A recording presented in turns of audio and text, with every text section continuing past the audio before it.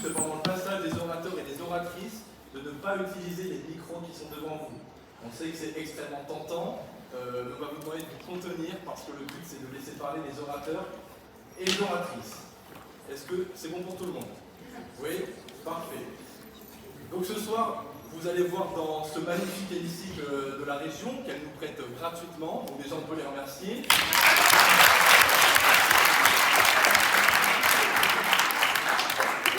Vous allez voir ce soir la conclusion d'une compétition de débat et d'éloquence qui a duré 2 mois et pendant laquelle se sont affrontées 8 écoles d'enseignement supérieur de Lille. Elles ont croisé le verbe sur des sujets sociétaux plus ou moins passionnants pour les équipes et surtout ont croisé le verbe avec éloquence, conviction, de l'émotion aussi, du rire et énormément de qualité de prise de parole. Donc déjà, ça c'est le premier point. On peut applaudir les 8 équipes qui sont arrivées.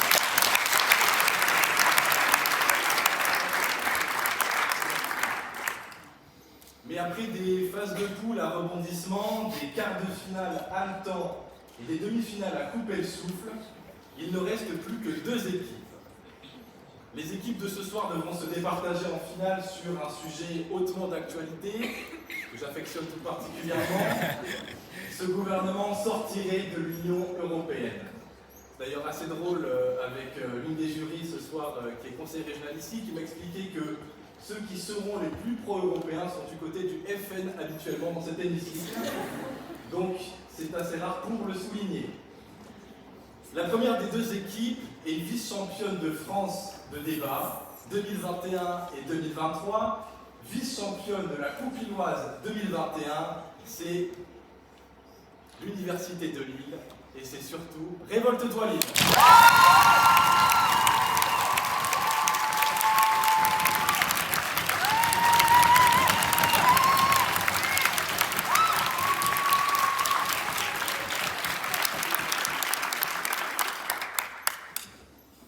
Représenter la seule faculté publique de cette coupe lilloise, nous aurons d'abord le Premier ministre, Monsieur Romain Lalanne.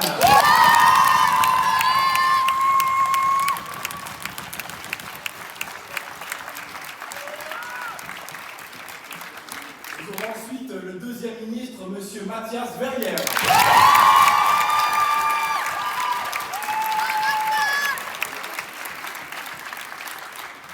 Ancienne présidente de Révolte-toi Lille, on ne la présente plus, ce sera ensuite au tour de la 3e ministre, Madame Isha Tajamal.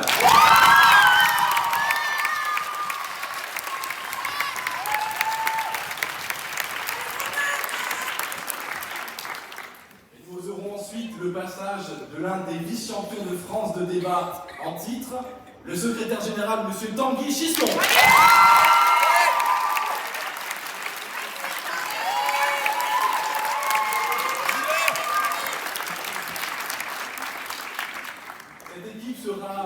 Le gouvernement ce soir, mais face à tout gouvernement dans un pays démocratique, il y aura une opposition qui sera très certainement fédéraliste, gros cœur sur vous. C'est une équipe qui a gagné la Coupe de France de débat en 2022, championne de la Coupe lilloise de débat en 2021 et 2023. Elle est la voix de l'éloquence à Sciences Po Lille, c'est le bec et la plume.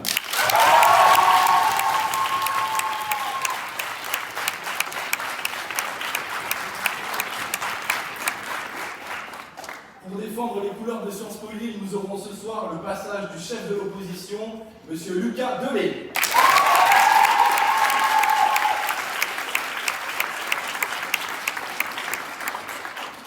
S'en suivra le passage du 2e député, M. Guillaume Raoult.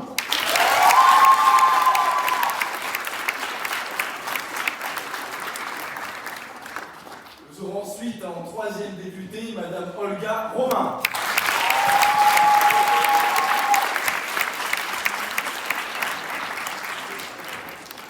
Pour conclure ce débat, nous aurons le passage de la présidente actuelle du bec et la plume, la secrétaire générale, Madame Marjo Biel.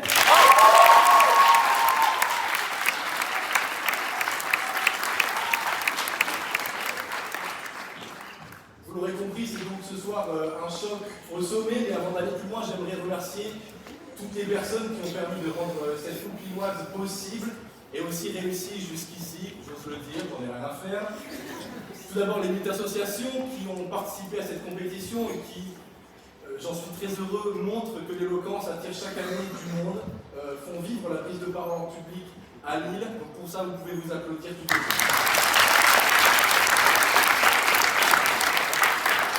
Également, un grand merci à vous, le public, d'avoir toujours été là pour supporter vos équipes. Vous êtes les meilleurs. Merci aussi à tous les membres du jury de cette compétition. C'est grâce à eux et elles que les oratrices et orateurs que vous verrez ce soir, vous démontrez des performances avec extrêmement d'éloquence et beaucoup de fond. Et de côté, on l'espère, les Brexiteurs. Merci aussi à la Fédération francophone de débat qui est représentée ce soir par son président Hugo Roussel et responsable de la cohésion, M. Tom Robert, pour la confiance qu'il nous témoigne chaque année. Merci à vous.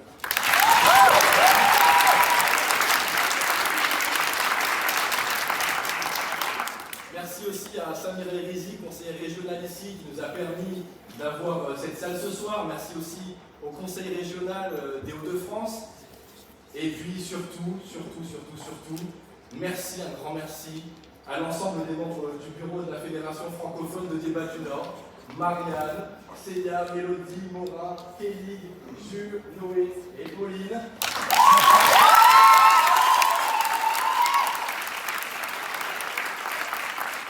Pour leur travail et sans qui, bien évidemment, rien n'aurait été possible.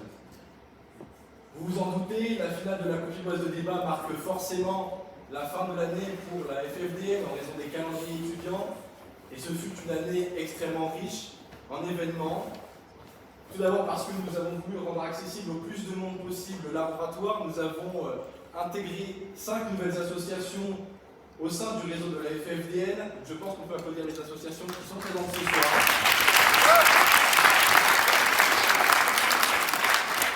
Parce qu'on considère aussi que le débat c'est bien, mais l'éloquence dans une forme plus libre, c'est encore mieux. Nous avons organisé la première édition du concours d'éloquence du Nord, et il faut bien marquer notre attachement au Nord. Il sera certainement renommé en prix Mauroy l'an prochain.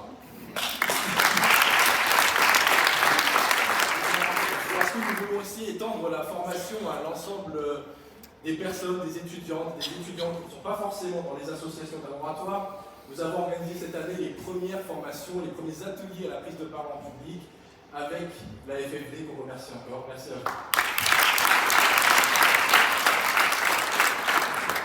Parce que forcément, l'éloquence francophone ne s'arrête pas aux frontières de la France, et parce que évoluer dans un cadre européen, c'est toujours mieux. Nous avons organisé cette année la première édition du choc franco-belge avec nos homologues et amis de la Fédération belge d'éloquence, qu'on peut remercier.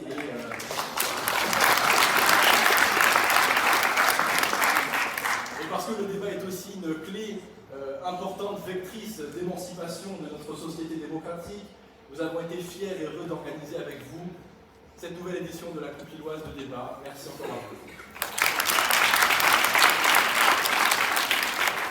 Et puis enfin, parce que la parole est une fête, parce qu'elle nous rassemble ce soir, parce qu'elle permet de défendre ses idées, parce qu'elle est vectrice d'émancipation également, eh bien tout simplement prenez la parole. C'est con dit comme ça, c'est sûr, voilà, j'ai dit un gros mot, je suis désolé.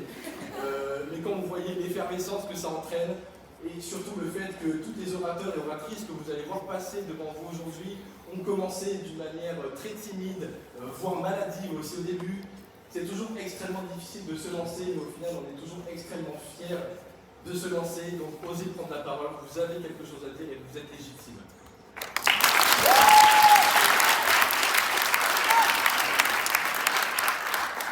Et pour célébrer la parole comme une fête, il faudra bien évidemment un jury ce soir. Ce jury est d'une extrême grande qualité. Nous aurons tout d'abord Hugo Roussel, président de la Fédération francophone de débat.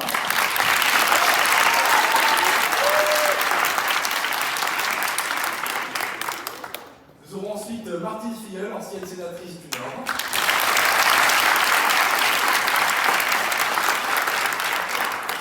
Madame Margot Roucher, conseillère régionale des Hauts-de-France et également présidente du mouvement européen Nord. Et enfin Tom Robert, formateur à la FFD, responsable du pôle cohésion.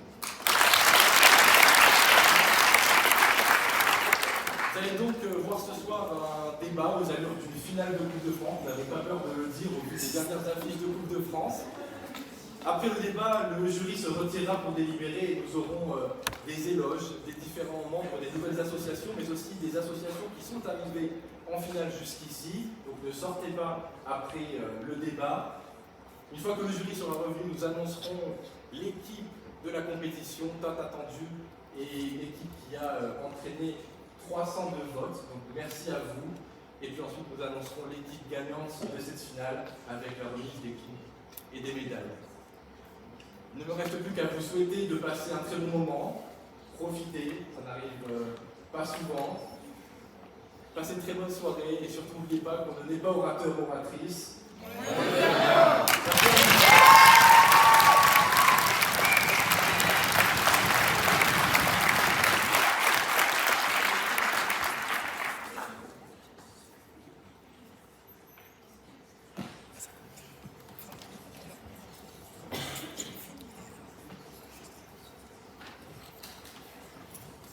Et donc pour commencer ce débat, d'ailleurs je n'ai pas précisé mais je ferai. Voilà, je fais comme ça, quand les questions sont ouvertes et comme ça, quand les questions seront fermées. Pour commencer ce débat, j'appelle donc le Premier ministre du gouvernement, Monsieur Romain Lalade.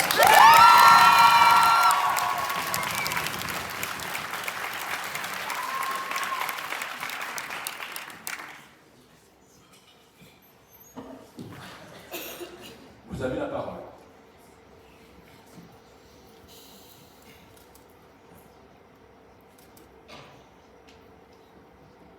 La mobilisation générale, notre pays l'a déjà connue et devra la réitérer. Mesdames, Messieurs, chère Assemblée, en 1914, lorsque la guerre est déclarée, nous avons su réagir en conséquence. Face à l'urgence, la société a su intégrer des millions de soldats. Face à l'urgence, nous avons su nous réunir pour une même cause.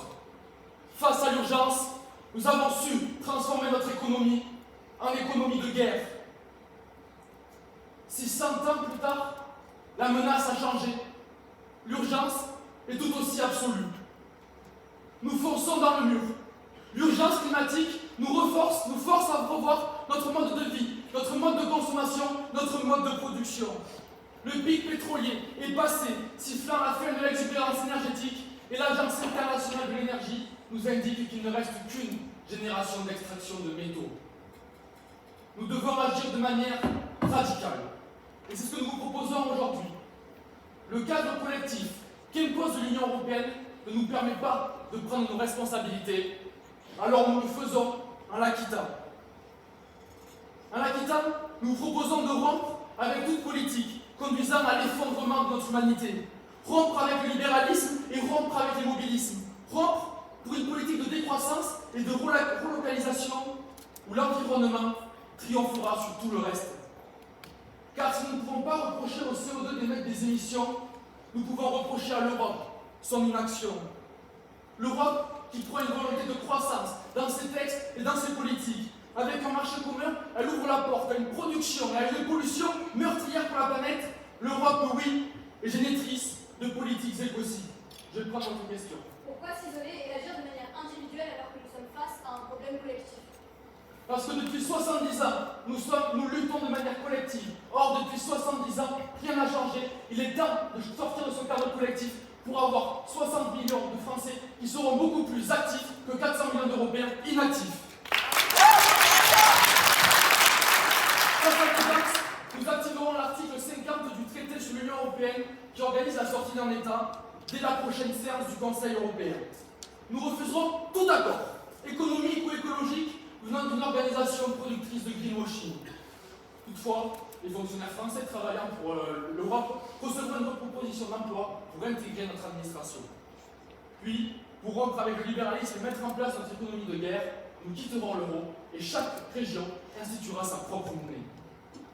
Afin de vous prouver qu'il vaut mieux 67 millions d'individus défendant l'environnement que 400 millions en inaction climatique, le ministre de la Décroissance, M. Mathias Verrière, vous démontrera qu'il faut rompre avec le paradigme néolibéral prôné par l'Union. La ministre du Développement territorial, Mme Isha Tajamal, vous expliquera la nécessité de rendre nos territoires résilients face à l'effondrement, ce que ne permet pas l'Union. Et enfin, le secrétaire général, M. Tanguy Chisson, reviendra sur ce débat et finira assurément de vous convaincre. Quant à moi, je vous expliquerai que la lenteur du système démocratique européen ne peut conduire qu'à l'inaction. L'Europe est aujourd'hui inefficace car elle est plongée dans un immobilisme législatif. Son modèle de prise de décision, long et complexe, se fait toujours au détriment de l'environnement. Le constat est simple. Le Parlement élu par le peuple n'est pas le seul organe. Ajoutons la Commission, qui a le monopole de l'initiative. Ajoutons le Conseil, qui fixe les grandes orientations. Et même, ajoutons les lobbies, qui par leur rapport participent à administrer l'Union. Cette nébuleuse instaure un gouvernement du compromis. La balle est renvoyée entre les institutions, et pendant que l'Union joue, l'effondrement s'accélère. Ajoutez à cela des procédures qui varient. Majorité simple, majorité qualifiée, unanimité, on ne sait plus où donner de la tête. Le résultat est simple. Il faut, tenez-vous bien, 442 jours en moyenne, selon le chercheur Garcia Pérez de León, pour qu'un texte obtienne un consensus. 442 jours, plus d'un an. Et pire, c'est même l'Union elle-même qui nous incite à la quitter, parce que l'Agence européenne pour l'environnement, dans un rapport du 11 mars dernier, nous dit « Les mesures d'adaptation de l'Union ne sont pas assez réactives face à l'accroissement des risques. » Elle appelle à une action urgente. Et l'action urgente n'attendra pas, et la France seule gagnera en rapidité. Pensez à votre forêt qui brûle, à ceux-là qui s'assèchent et à ces plages qui reculent, pendant que les technocrates bataillent pour savoir où il faut mettre une virgule. Nous aurons la possibilité de mettre cette question à l'agenda de nos parlements, grâce aux procédures simplifiées que prévoit notre système politique. Alors, messieurs, mesdames, face à 70 ans de politique écocide, et parce que l'avenir nous met à l'épreuve du présent, agissons et quittons l'Union.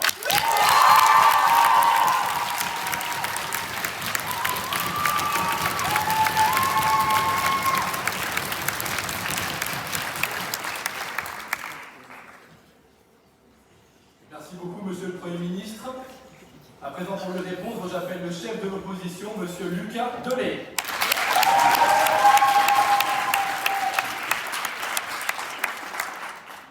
Et je rappelle d'ailleurs, bien évidemment, comme c'était le cas pendant toute la compétition, que le temps est coupé pendant les questions.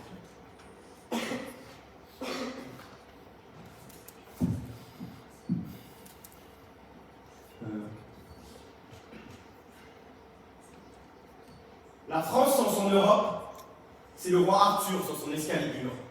Privé de tout, muni de rien. Honorable Assemblée, très cher jury, cher gouvernement et chère opposition, une simple décision, une simple réforme, et c'est notre pays tout entier qui sombre dans le chaos. La France se retrouve condamnée par le chemin pris par ce gouvernement. Ce chemin, ce destin offert à notre patrie, c'est celui du déclin. Car notre pays ne gagnera rien et perdra tout en sortant de l'Union européenne. Mais tout d'abord, laissez-moi revenir sur les propos de mon prédécesseur, qui nous présente une réforme ambitieuse mais qui manque de clarté, une réforme inconsciente, une réforme flanquée de trous, de flou. Et oui, personne n'a osé faire une telle sortie de l'Union européenne, un pays qui est à la fois dans l'euro, qui est à la fois impris dans toutes les institutions, et face à cette sortie qui manque de précision, eh bien nous allons nous retrouver face à un flou juridique. Vous voulez créer des monnaies par région, c'est complètement inconscient, vous ne précisez pas comment, qui en aura le contrôle, voulez-vous créer des banques centrales régionales, on ne le sait pas. Vous nous expliquez par la suite que l'Union européenne est paralysée par les procédures. Mais comment voulez-vous mettre en place des lois, des mesures aussi fortes comme le fait l'Union européenne si vous ne prenez pas le temps du compromis, le temps de faire bien? Alors le gouvernement ne sait pas dans quoi il va, mais l'opposition, elle le sait. Et elle vous dressera le portrait de l'avenir sombre qui guette notre pays. Tout d'abord, je vous montrerai que la paix, au cœur du projet européen, se retrouve mise en danger. Puis le député d'Ille-et-Vilaine vous exposera le véritable suicide économique vers lequel le gouvernement mène la France. Puis la députée de la Gironde vous expliquera que face au tumulte qui se dresse devant nous, il serait fou de claquer la porte du bateau Europe. Enfin, notre secrétaire général illuminera ce débat en nous apportant une synthèse éclairante et éclairée. Je prends votre question. Quelle est votre conception de la collapsologie? Eh bien, parlait donc de l'effondrement du modèle humain, et donc eh bien, je suis tout à fait d'accord que nous sommes face à des grands défis, sauf que nous pensons que nous allons pouvoir les résoudre avec l'Union européenne, ce n'est pas vrai. La paix sans l'UE est une chimère, une illusion perdue, un objet inaccessible, une paix tant entre les pays européens qu'avec le reste de la planète. Car l'UE est une garantie à l'harmonie entre les pays. La coopération économique a pris le dessus sur les volontés belliqueuses des États. Nous sommes en 1951. Un continent meurtri, dévoré par l'Europe du totalitarisme, mais dans ses heures sombres, une lueur. 4 lettres, et c'est l'espoir qui renaît. La CECA a été la première pierre posée à l'édifice d'une paix durable entre les peuples et entre les pays du continent. Et la forte indépendance qui existe aujourd'hui, l'indépendance économique, eh bien, elle rend les perspectives de conflit presque nulles. Il n'est en effet dans l'intérêt de personne de se lancer dans un conflit frontal avec ses principaux partenaires commerciaux. Car oui, d'adversaires, les pays sont aujourd'hui devenus des partenaires. Mais l'UE, c'est aussi la primauté du dialogue. Mieux vaut discuter autour d'une table que sur un champ de bataille, disait Jean Monnet. Cette table, c'est l'UE, des chefs d'État ou des ministres réunis régulièrement pour se mettre d'accord et trouver des arrangements. En prenant ainsi le dialogue, le compromis et la coopération, l'on soulage de toute relation d'éventuelles tensions. Car là où le dialogue est roi, la paix fait sa loi. Enfin, être dans l'Union européenne nous offre également des garanties. Ne pas se retrouver seul face aux conflits qui nous guettent. Alors que la guerre refait son retour en Europe, nous ne pouvons nous permettre d'être isolés, esselés, mis de côté, face à des puissances telles que la Chine, la Russie ou les États-Unis. L'Union européenne est ainsi une force diplomatique qui œuvre sans relâche pour la paix, mais qui a su aussi montrer ses crocs quand elle s'est mise d'accord sur une batterie de mesures à l'encontre de la Russie notamment. Il serait donc chauvin de penser que la seule force diplomatique de la France pourrait suffire à amener la paix. Nous avons besoin de l'UE, la force tranquille face à la montée des tensions, la digue face à toutes ces agitations. Aujourd'hui, le gouvernement s'est improvisé bourreau, mettant notre paix et notre sécurité à l'échafaud. En brandissant à nouveau le spectre macabre de la guerre, il fait honte à nos prédécesseurs, qui se sont battus à cette tribune pour faire de l'Europe un oasis au milieu du désert, un havre de paix au milieu de la guerre. Je vous remercie.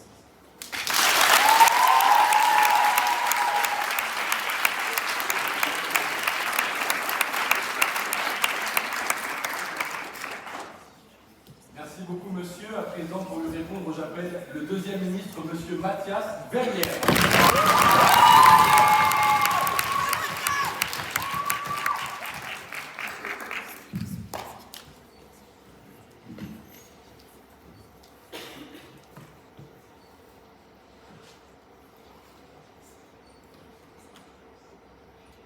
Prométhée, définitivement déchaîné, alimenté par l'économie de marché, réclame une éthique devant prévenir l'homme de devenir une malédiction pour lui-même. Mesdames, messieurs du jury, chère assemblée, arrêtons de jouer avec le feu et soyons radicaux pour la survie de notre environnement. Avant d'aborder ce point, j'aimerais revenir sur les propos qui ont été tenus par le leader de l'opposition. Monsieur, nous défendons une Union européenne garantissant la paix. Mais dois-je vous rappeler, monsieur, qu'aujourd'hui l'Union européenne est fondée sur une concurrence féroce, opposant tous les États européens les uns contre les autres. Et ce paradigme est conservé par la DG Comp, une institution très puissante au sein de cette Union.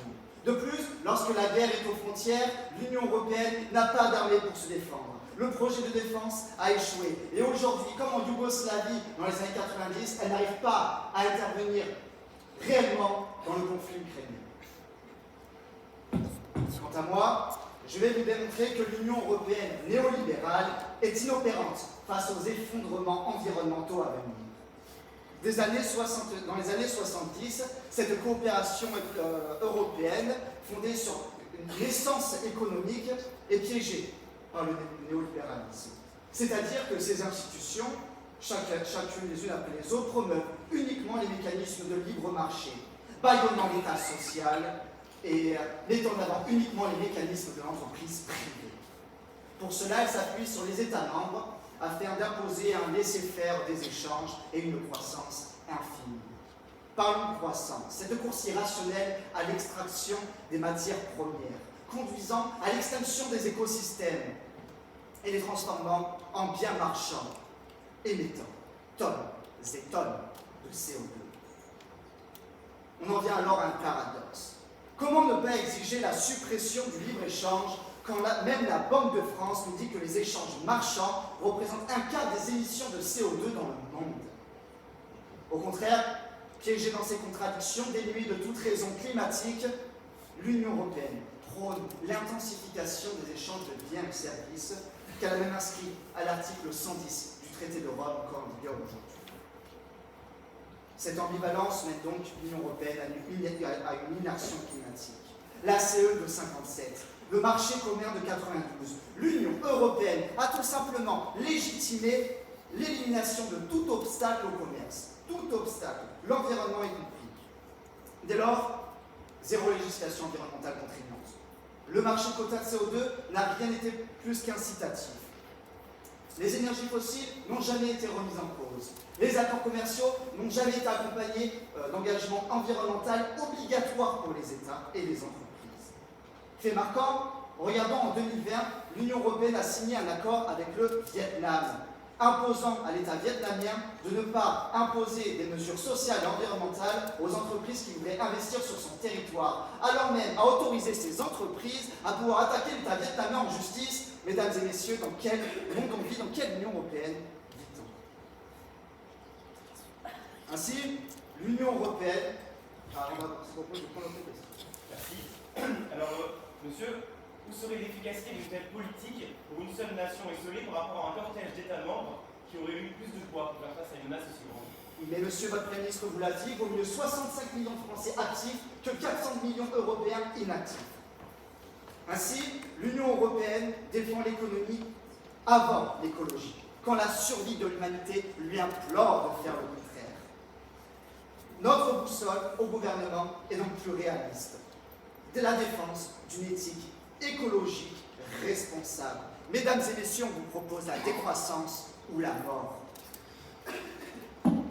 La décroissance comme projet politique, visant donc à baisser les quantités de production et de consommation afin de préserver notre biosphère et donc de favoriser le bien-être social. Il n'a qu'à lire les lignes du rapport au Club de Rome de 1972, dirigé par le chercheur renommé Denis Meadows, qui affirmait déjà que la décroissance est inévitable pour éviter l'effondrement. L'effondrement caractérisé par des limites planétaires qui tombent les unes après les autres, décennie après décennie, mettant en péril la sécurité de l'humanité. Finalement, lorsque l'Union européenne choisit la contradiction fondamentale du développement durable, nous, gouvernement, choisissons de la quitter.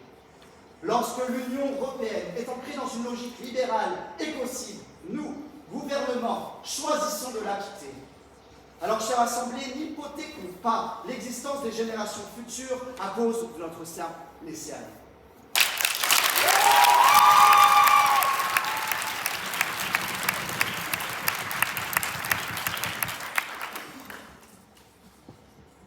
Merci beaucoup, monsieur le ministre. À présent, j'appelle pour lui répondre le deuxième député, monsieur Guillaume Raoult.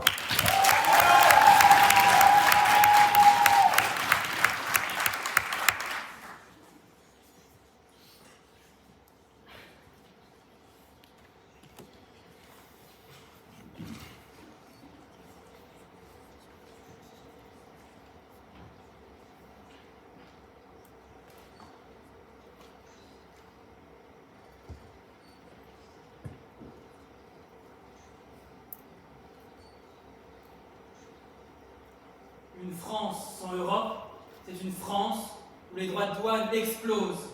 C'est une France où les marchés financiers sont instables.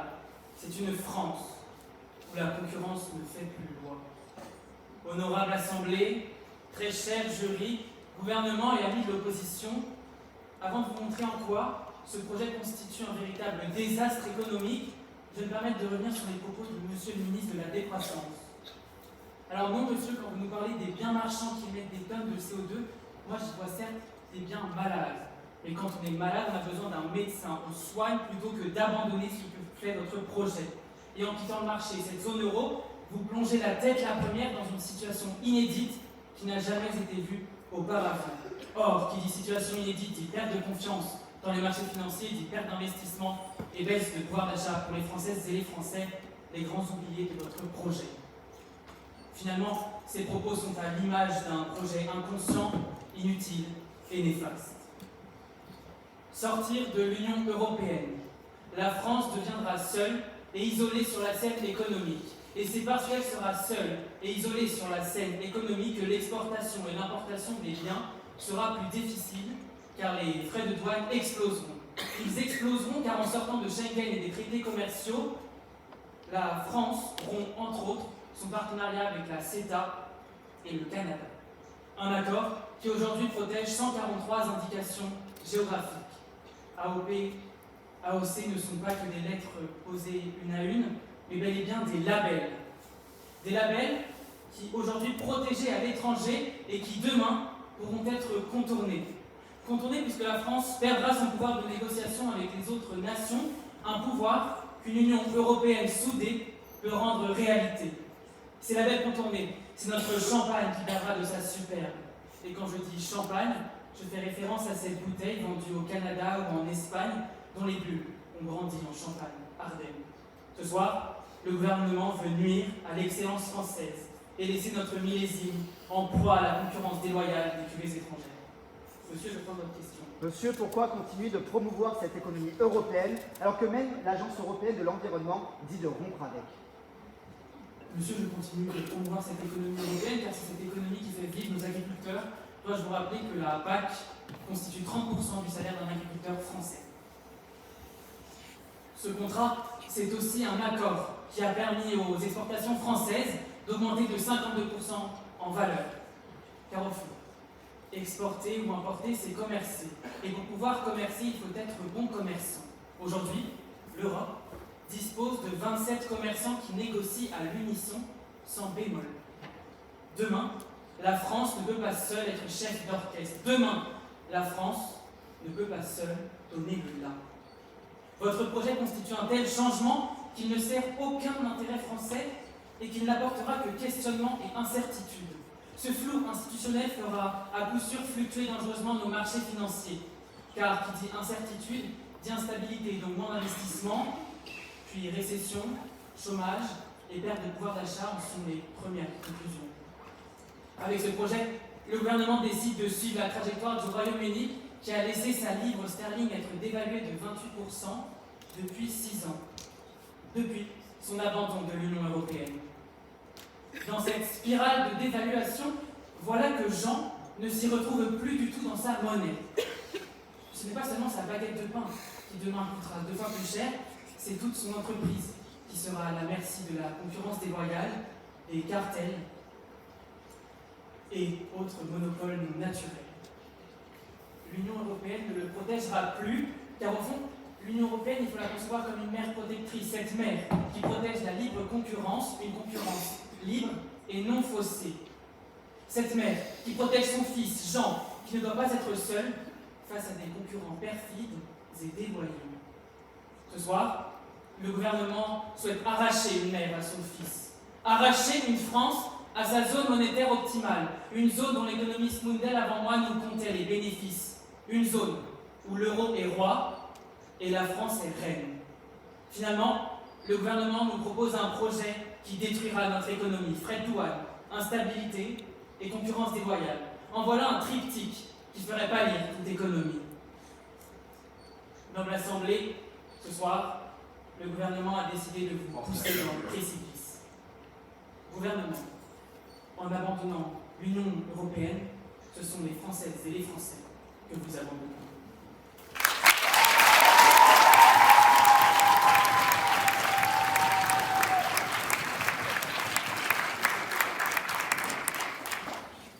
Merci monsieur. À présent, j'appelle la troisième ministre, Madame Ishaq Jamal.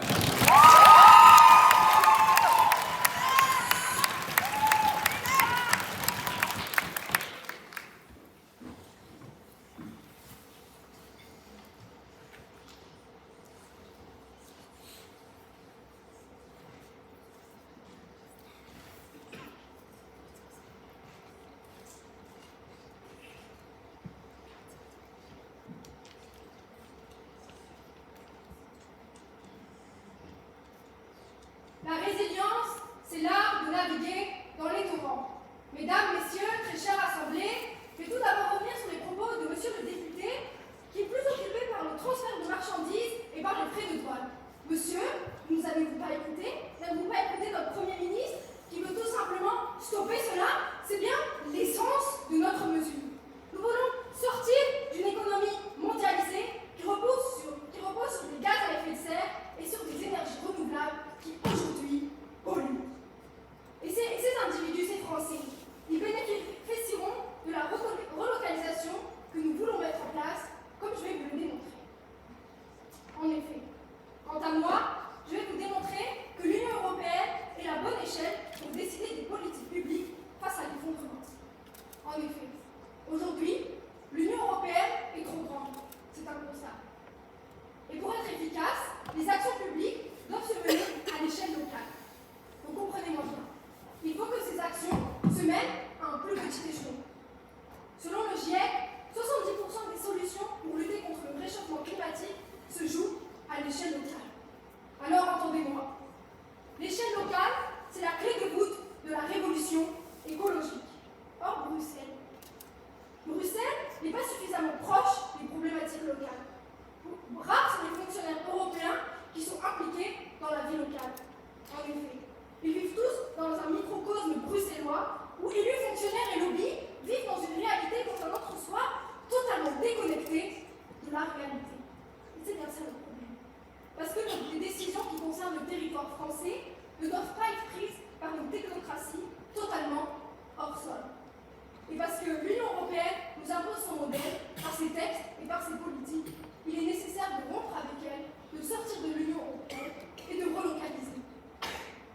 Relocaliser pour être plus résilient.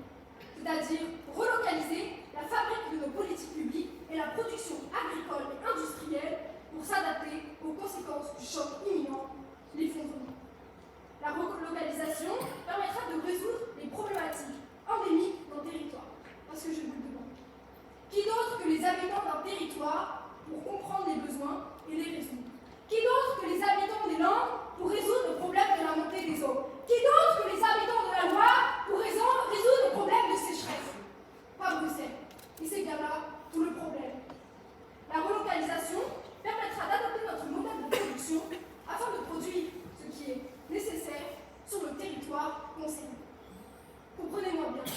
Nous produirons uniquement ce dont nous avons besoin et dans des quantités strictement nécessaires.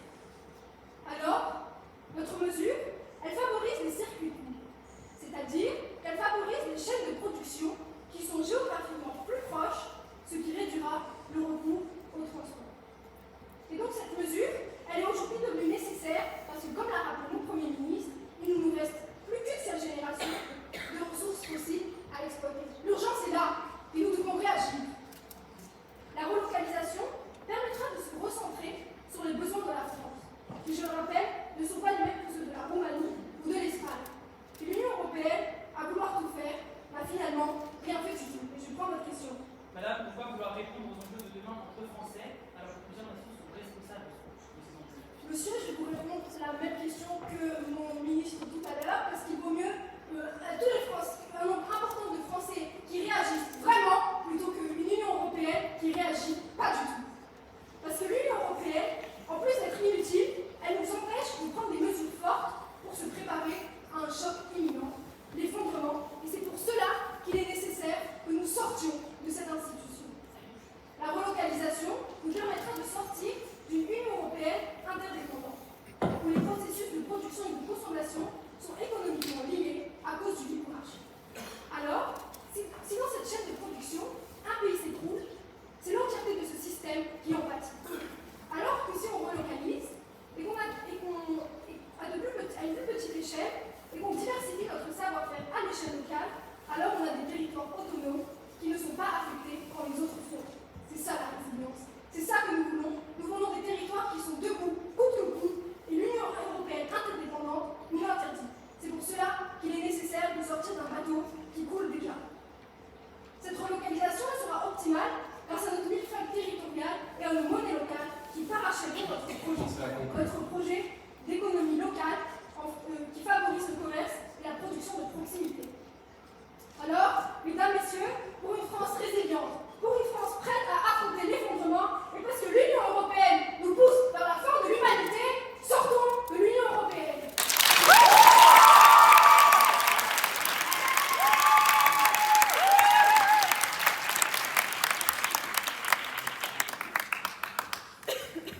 Merci beaucoup. À présent, j'appelle la troisième députée, Madame Olga Romain. s'il vous plaît.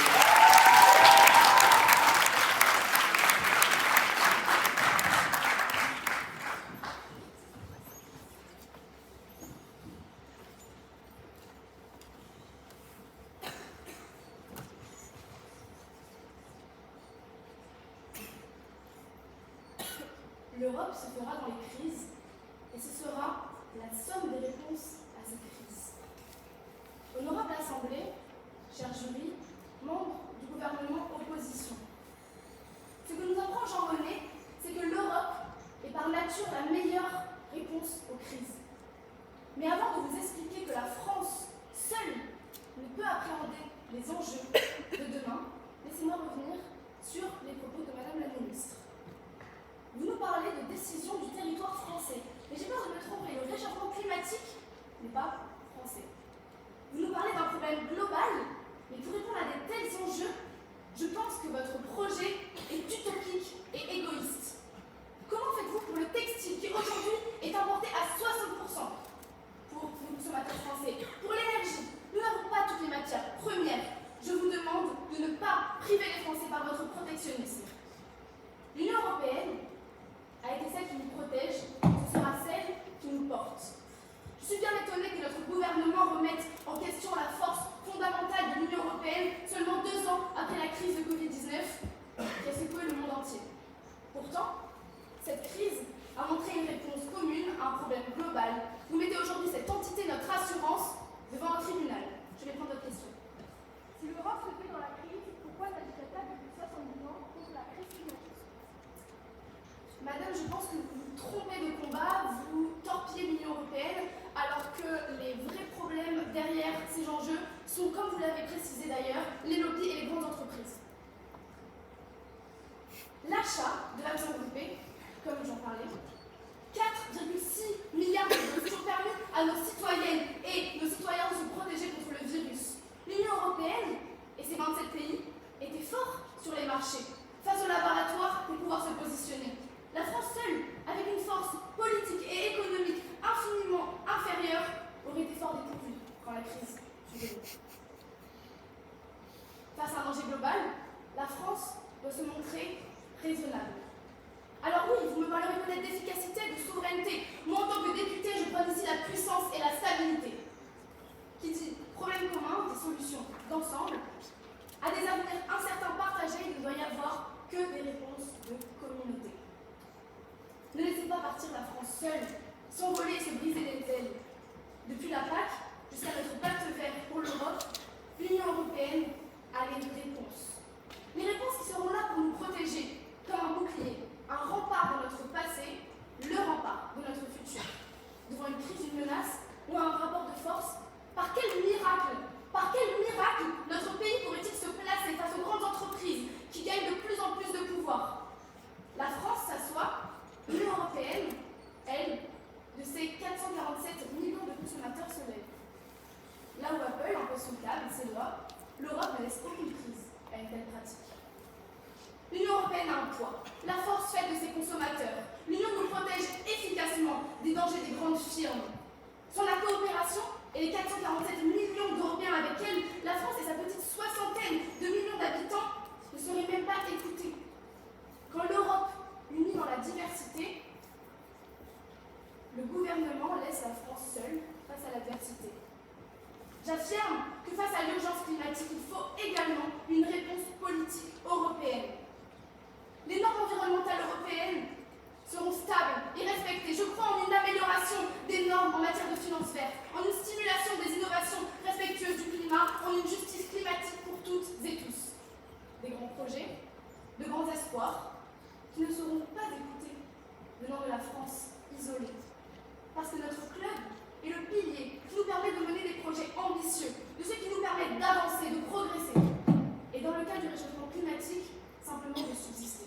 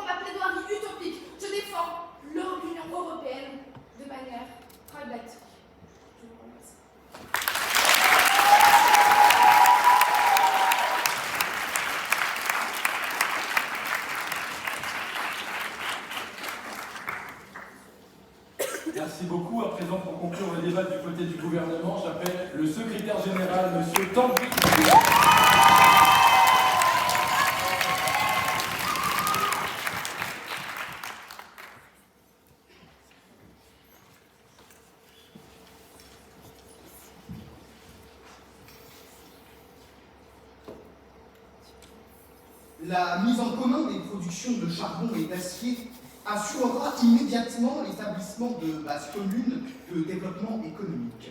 Première étape de la Fédération européenne. Chère Assemblée, par ces mots, Schuman, c'est là dès 1950 le productivisme du projet européen dans le ferment du charbon et de l'acier. Et c'est ce productivisme que nous quittons en quittant l'Union européenne. Monsieur le leader de l'opposition, vous nous contez une histoire qui n'existe pas.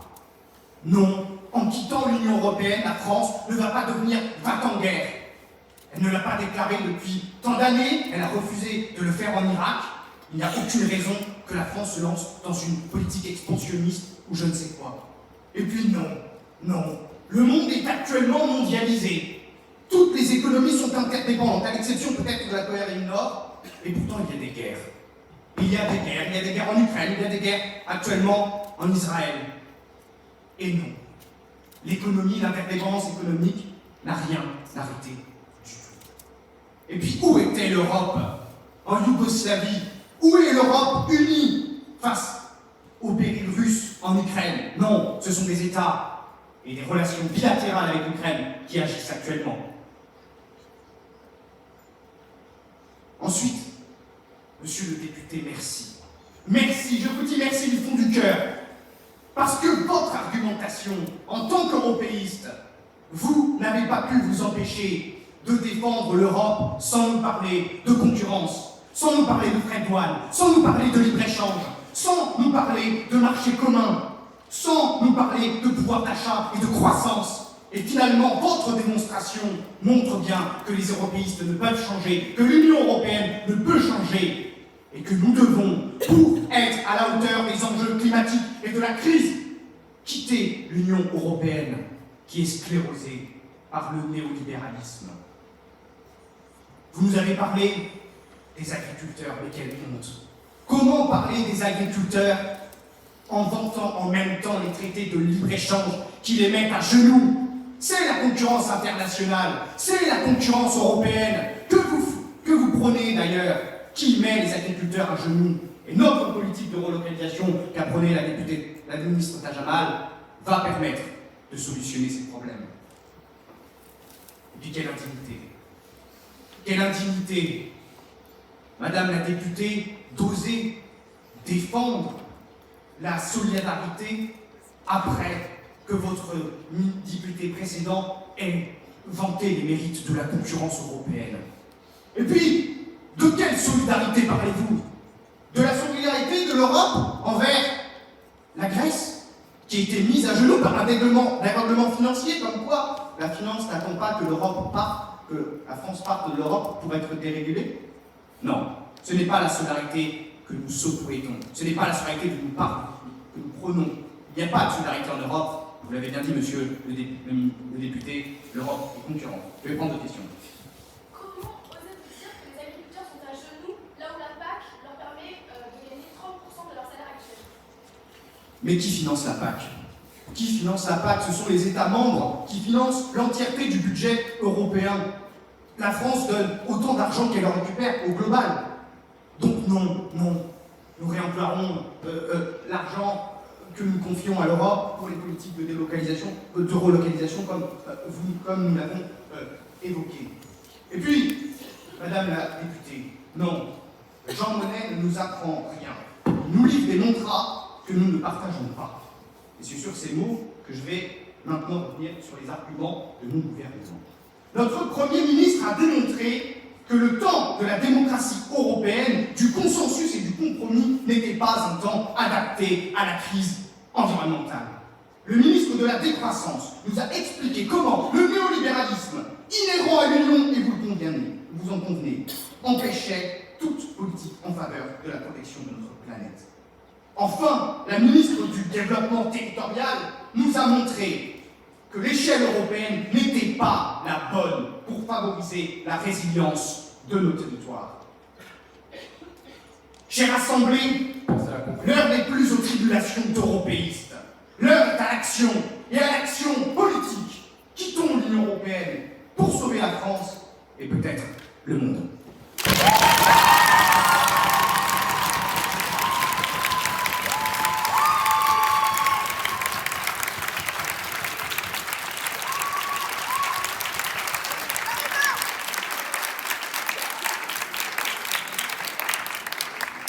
Merci, monsieur le secrétaire général. À présent, pour conclure le débat, j'appelle la secrétaire générale de l'opposition, madame Margot Biel.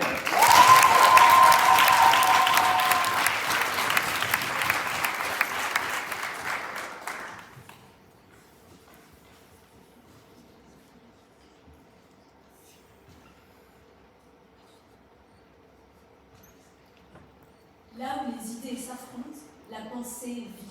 L'Europe est la reine de la démocratie et aujourd'hui, le gouvernement la piétine. Messieurs, dames et jurés, auguste assemblée, honorable gouvernement et très chère opposition. Le gouvernement ce soir se fait fossoyeur de l'unité. Il drape l'Union européenne dans l'un seul, poussant dans le même coup la France dans son cercueil. Mais avant d'expliciter l'ineptie de cette réforme, j'aimerais revenir sur vos propos, monsieur le secrétaire général. Monsieur le secrétaire général, vous nous avez dit que nous quittons le protectionnisme, le productivisme. Mais en quittant le productivisme, on quitte aussi la production. Et la production, c'est ce qui fait vivre aujourd'hui les Françaises et les Français. Car dans votre programme, nous n'avons pas bien compris ce que vous faites de celles et ceux qui aujourd'hui produisent, qui aujourd'hui contribuent à la croissance. Vous voulez rentrer dans la décroissance, mais vous ne nous avez pas parlé du sort de ces Françaises et de ces Français. Vous nous avez dit que la France n'allait pas rentrer en guerre car elle n'est pas expansionniste. Mais monsieur le secrétaire général, apprenez que non, nous n'entrons pas en guerre que en attaquant, mais également en défense. Et avec la guerre en Ukraine à nos frontières, je suis bien étonnée de vous voir aussi rassurée. Il est d'ailleurs assez ironique que vous parliez de guerre pour votre attitude belliqueuse qui montre à quel point le gouvernement veut sortir du havre de paix qui est le vôtre. Mais en réalité, c'est à l'image du projet que nous a proposé le Premier ministre. Une réforme qui a les allures d'un eunuque décapité, qui n'a ni queue ni tête. En effet, nous voyons aujourd'hui un gouvernement qui nous dit « Nous sommes en guerre, mais isolons-nous. Surtout, ne nous faisons pas d'alliés. » Vous avez commencé, monsieur, par la mobilisation générale pour ensuite enchaîner sur la mobilisation écologique. Mais monsieur, comme c'est évertué à dire « Mon opposition », non, nous ne pourrons pas agir seuls, même avec tous nos citoyens mobilisés, nous ne concurrencerons pas un marché de consommateurs aussi grand.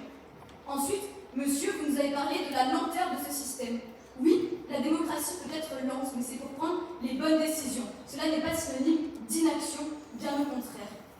Monsieur le ministre de la Décroissance s'est joué Père Castor, il nous a raconté l'histoire de Prométhée. Mais c'est le gouvernement ce soir qui joue avec le feu. Il ne fait que critiquer l'Union européenne, mais en réalité, il n'a rien proposé. Je ne comprends pas bien comment votre réforme nous permettra de rentrer en réelle décroissance. Monsieur, je prends votre question. Comment prendre au sérieux le Green New Deal quand il ne prend en compte que les émissions liées à la consommation et non liées celles à la production? Monsieur, nous ne vous disons pas que l'Union européenne est parfaite, mais je ne vois pas en quoi en sortir changera quoi que ce soit. Au contraire, nous n'aurons plus d'action sur le Green New Deal, nous ne pourrons plus influencer sur les négociations. En réalité, monsieur, vous fuyez. Oui, aujourd'hui, le pacte vert permet des avancées, contrairement à ce que vous nous dites. Ensuite, Madame la ministre du Développement territorial s'est jouée Joséphine Ange Gardien. D'un claquement de doigts, on va stopper tout ça. On va stopper la production, on va pouvoir reproduire en France. Mais Madame Adam Smith l'a dit avant, il y a des avantages comparatifs. Nous, en France, nous n'avons pas de verre à soie, nous n'en avons plus en tout cas, et je ne vois pas comment, d'ici à la prochaine séance européenne, nous pourrons mettre en place une nouvelle monnaie, nous pourrons avoir tout le textile réinvesti en France, nous pourrons avoir de quoi vivre tout bonnement. Ensuite, vous nous avez parlé de l'échelle européenne, du fait que nous n'avons pas au local, mais dans le droit européen, il y a le principe de subsidiarité qui a justement pour volonté d'aller au plus proche. Vous n'en avez pas parlé. Heureusement, face à ça, nous avions l'opposition. Une opposition raisonnable et raisonnée. Tout d'abord, notre leader d'opposition, M. Violet, nous a rappelé l'importance de la paix. La paix, sans l'Union européenne, est une chimère, a-t-il dit. Il n'y a rien de plus vrai. Que ce soit au niveau européen ou au niveau mondial, nous avons besoin de l'Union européenne, le temps du compromis et le temps de bien faire, comme il l'a si bien dit. Ensuite, M. Gilles-Vilaine, M. Raoul nous a rappelé la prospérité. Quand on est malade, on se soigne, on ne tue pas le patient, messieurs, dames du gouvernement. C'est pourquoi nous ne devons pas fuir de l'Union européenne. Enfin, Madame Romain Souleil nous a rappelé qu'à des crises globales, nous devions apporter des réponses globales. Ce soir, deux visions se sont opposées. Celle d'un gouvernement déraisonné, démagogique et déconnecté, et celle d'une opposition qui a su rester lucide et éclairer ce débat dans les points d'ombre du gouvernement. Défendre la lumière de nos 12 étoiles qui guident les pays en temps de crise. Là où le gouvernement éteint les espoirs, l'opposition est l'étincelle qui illume la flamme de la solidarité européenne. Contrairement au gouvernement, à la manière de Simone, l'opposition veille sur la France. Je terminerai donc par ces mots éclairants. Mon espoir, c'est dans l'Europe que je le place.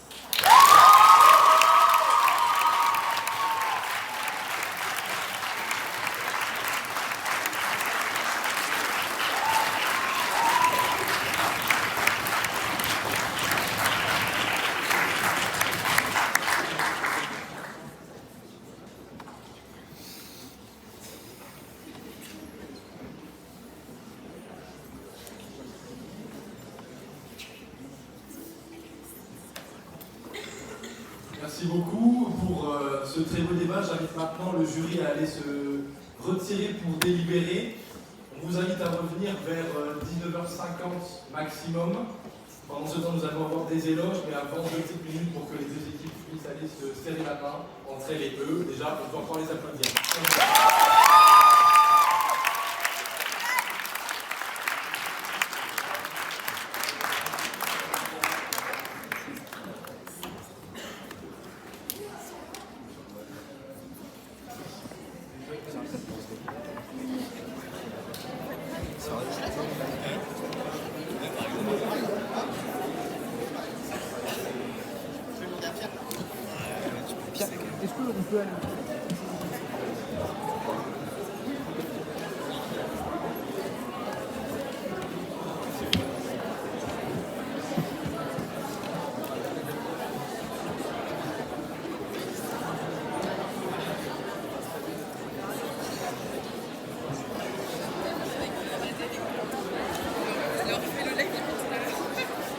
Mesdames et messieurs, maintenant est venu le temps de l'éloquence dans sa forme la plus pure.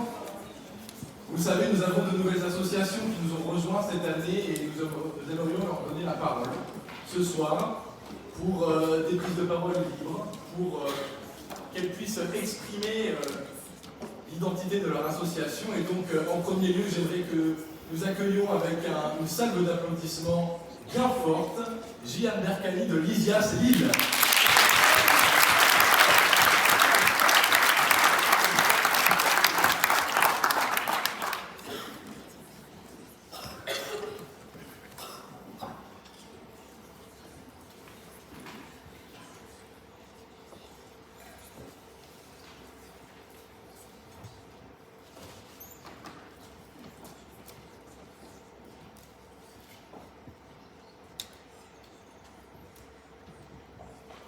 Quand je serai grand, j'arrêterai de me battre.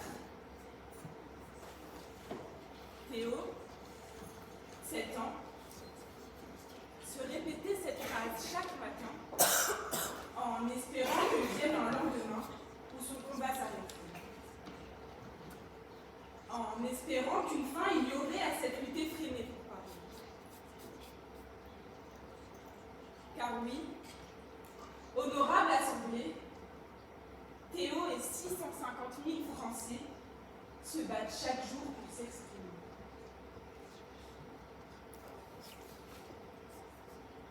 Quand je serai grand, j'arrêterai de me battre, clame-t-il, car je suis fatigué de toujours devoir lutter. De me battre avec moi-même, de me battre avec les mots, de buter sur des syllabes et d'avoir l'air si idiot.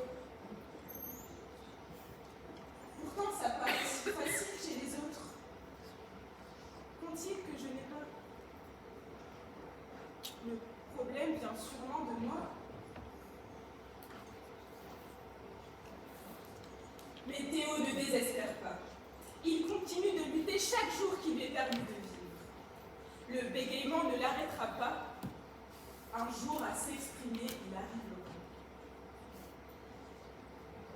Et mesdames et messieurs, ce jour est arrivé un nouveau-né à pointer le bout de son nez. Il n'a pas de visage et ne fait pas de bruit.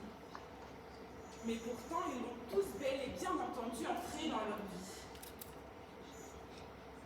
Il ne porte pas de cape ou de drapeau, mais croyez-moi qu'à leurs yeux, il vaut plus que n'importe quel super-héros. À lui seul, il vaut tous les mots du monde, car quand les mots manquent, que les mots m'en marquent, que l'émotion monte et qu'elle nous embarque, parler n'est pas toujours facile. Trouver les bons mots, les belles paroles, les phrases réconfortantes sans en faire des tonnes, ça ce n'est pas gagné.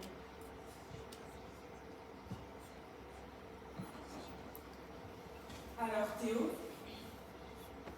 petit à petit, a appris à l'apprivoiser. Quand les mots dans sa gorge se battaient, il ne se mêlait plus à la mêlée, a appris à manier le maître des mots et l'art du silence et la maîtriser.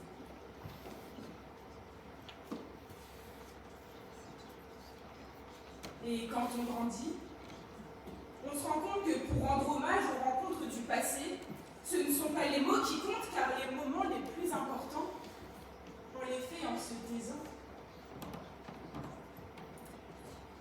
C'est vrai, les minutes de silence procurent à elles seules ce qu'aucun mot ne pourra jamais faire ressentir.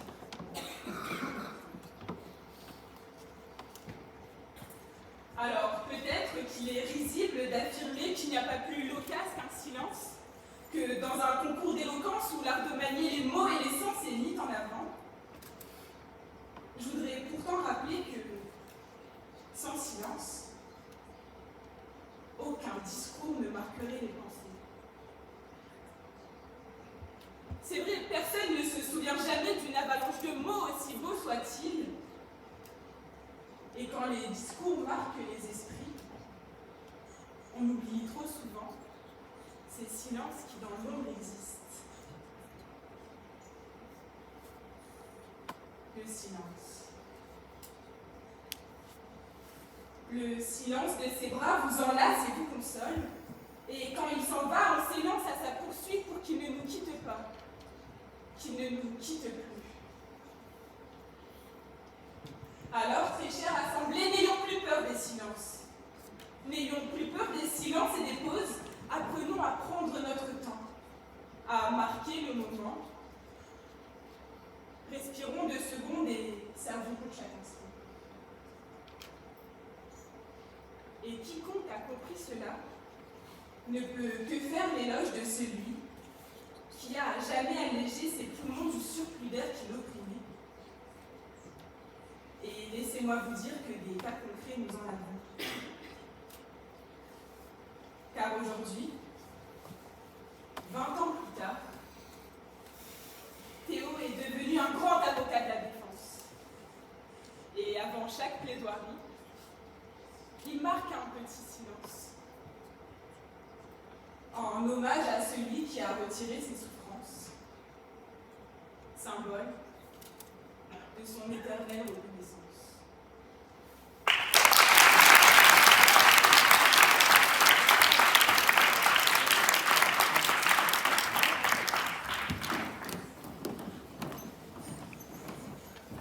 Merci beaucoup. Alors, on a eu un petit désistement de la part de Horatio qui nous a rejoints cette année. Donc, pour le remplacer, nous allons appeler le représentant d'une association qui est aussi à la Fédération française de débat et d'éloquence, grande concurrente de la Fédération francophone de débat. C'est l'association d'éloquence de l'EDEC. Je vous demande d'applaudir très fort, s'il vous plaît, monsieur Nolan Blanchet de Vox Borealis.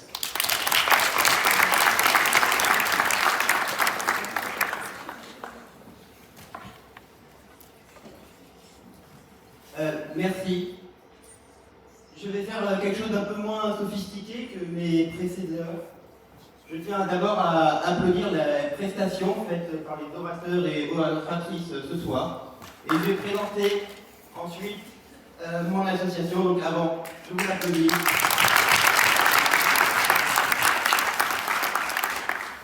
Vox Borealis, donc nous sommes l'association d'éloquence, de débat, de l'EDEC. On est peut-être les intrus ici, nous sommes roubaisiens et non lillois.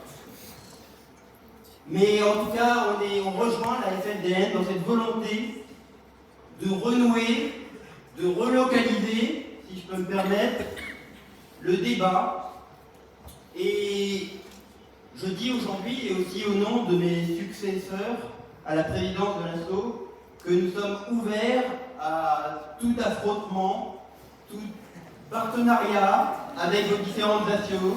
Et ce sera un plaisir. Nous organisons de notre côté un concours au sein de l'EDEC, ainsi qu'un concours entre les 6 plus grandes écoles de commerce de France. Et vous êtes bien entendu tous invités et les bienvenus. Donc je remercie Pierre pour son accueil et la FFDN en général pour nous avoir accueillis. Et bravo encore aux orateurs et aux oratrices.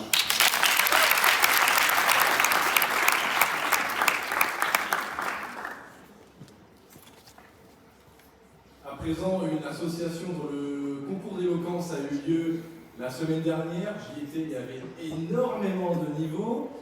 Donc, ce soir, nous aurons le passage de Charlotte Olivier de Éloquence IAE Lille.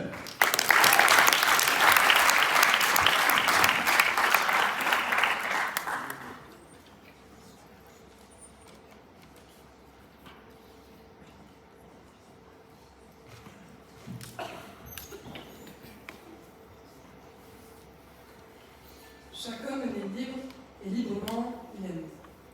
Aujourd'hui, devant vous, ce sera mon cœur qui fera résonner mes mots. Suis ton cœur, dit-on, pour la moindre petite occasion. Et j'aimerais vous poser la question. Sommes-nous réellement libres de faire ce que notre cœur exige? Nous avons tous déjà été confrontés, de loin, de près, ou en tout cas nous connaissons tous le terme de l'amour impossible. Il s'agit là d'une expérience qui vient défier les limites de nos cœurs, tout en soulignant la délicate danse entre la liberté d'aimer et les barrières qui parfois rendent cet amour inatteignable. Mais pourquoi le qualifier d'impossible? N'existe-t-il pas dans cet amour une beauté poignante qui, envers et contre tout, vient défier les limites que l'on s'était fixées? Personnellement, je m'en fiche de donner cet amour impossible, qu'il vienne à moi. Je veux seulement me sentir libre d'aimer. Je me tiens alors devant vous pour que l'on puisse explorer ensemble l'une de nos libertés fondamentales d'existence, la liberté d'aimer. Selon notre bon Victor Hugo, la liberté d'aimer est le même droit que la liberté de penser. L'un répond au cœur, l'autre à l'esprit. Ce sont les deux faces qui constituent la liberté de conscience. Vous savez, tout comme moi, que la liberté est un sujet essentiel et fondamental de notre humanité. Ce sont pour certains une quête et pour d'autres un véritable fondement de leur être. En ce qui concerne l'amour, ce sentiment aussi puissant qui demeure inexplicable et irraisonné, est pour moi ce que nous avons de plus beau à l'intérieur de chacun d'entre nous. Dans le jardin secret du cœur humain, l'amour s'épanouit comme une fleur sans fin. Il est la douce pluie qui réveille la terre, nourrissant nos âmes d'une passion sincère. L'amour engendre la joie, et la joie donne davantage de vie et de mouvement à la liberté. Revenons d'ailleurs sur cette liberté d'aimer. Nous comprenons donc que ce sont deux sujets inévitables qui la constituent, l'amour et la liberté. Deux sujets qui, depuis la nuit des temps, ne cessent d'être explorés et pour lesquels il est difficile de s'y opposer. Et pourtant, il est encore compliqué pour certains de se sentir réellement libre d'aimer, que ce soit par des contraintes culturelles, des discriminations ou bien des répressions. Permettez-moi de vous rappeler que la liberté d'aimer n'est pas simplement un droit, mais un principe sacré qui forge les liens indéfectibles entre les êtres humains. Elle nous enseigne de respecter les choix amoureux de chacun, qui défient les conventions sociales établies ou s'inscrivent dans des horizons inexplorés. Dans un monde où la diversité est notre plus grande richesse, la liberté d'aimer devient l'initiatrice d'une société plus juste et inclusive. Elle nous oblige à remettre en question les préjugés, à embrasser la richesse que nous offre la pluralité des relations humaines. Selon moi, nous ne pouvons ni combattre ni aller à l'encontre de cette liberté, car celle-ci jouit de ses propres fruits par sa simple liberté d'exister. Sans elle, comment vivrions-nous nos relations? Nous sentirions sûrement emprisonnés, incapables de vivre pleinement ce sentiment aussi doux que persécutif que nous appelons l'amour. Mais finalement, c'est derrière cet emprisonnement, ce danger rencontré, que nous nous sentons réellement vivants, car c'est à ce moment précis que nous désirons le plus notre liberté. L'amour, lorsqu'il est vrai et ressenti, n'a pas peur, encore une fois, de défier les limites rencontrées, même si cela va au-delà de la rationalité. Enlevons cette peur d'aimer et laissons cette liberté s'offrir à nous. Alors, pour ces 5 minutes partagées, je deviens le messager d'une manière de penser, et même si pour certains ces valeurs sont déjà ancrées, je vous invite à ressentir et à prendre conscience de l'existence de cette liberté d'aimer, car elle est pour moi l'un de ces fondements que nous mettons trop souvent de côté. Au-delà du simple fait de se sentir libre d'aimer, il s'agit là de montrer que notre propre liberté est plus forte que tout. Elle est belle dans sa complexité, car elle demeure unique dans les yeux de chaque personnalité. Autorisons cette liberté d'aimer, de s'aimer et d'être aimé. Merci.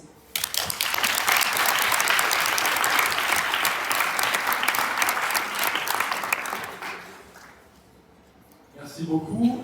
Alors, ce n'est pas une nouvelle association, sans doute, mais ça va être à présent le passage de l'actuel président de Révolte-toi Libre, M. Julien Audebeau.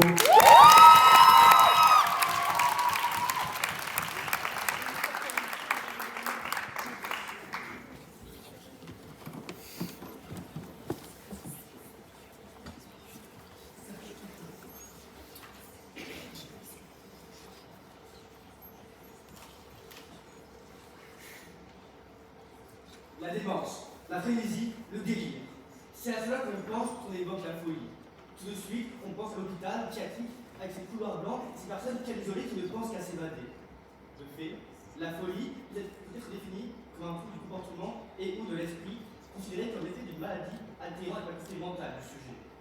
Ainsi, avec tous nos a priori, il paraît injuste de se demander pourquoi faudrait-il envier les fous. On pourrait débattre sur la question: est-ce que la prise de conscience n'est-elle pas une voie vers le bonheur? Mais en réalité, ce soir, ce n'est pas de ça que je vais parler. Je vais vous parler d'un type bien précis de folie, d'un engagement pour lequel il ne faut pas être normalement constitué, la folie de pas de l'éloquence, faire du débat. Parce que oui, partons de ce postulat, il ne faut pas être sain d'esprit pour parler devant vous ici. D'ailleurs, ce soir, je vais être complètement taré. Je veux dire des vérités cachées en espérant ne pas le regretter et surtout ne pas trop vous choquer. Alors, pour les personnes qui ce soir découvrent le laboratoire, sachez que on est des sacrés connards. Ainsi, pour combattre de la pertinence de mon propos, nous ferons une démonstration en 3 points. Commençons par ce qui est le plus flagrant, l'ego démesuré des gens qui font de l'éloquence. Il faut tout de même aimer attirer l'attention, vouloir à tout prix chercher à se démarquer pour faire cette activité. Ce n'est pas forcément négatif, beaucoup ont vaincu leur timidité grâce à ça, mais n'empêche que des fois, il y en a qui vivent beaucoup de son pour les caméras. Mais bon, je ne nommerai pas ceux qui, en prévision ce débat, sont allés chez le coiffeur il y a quelques jours.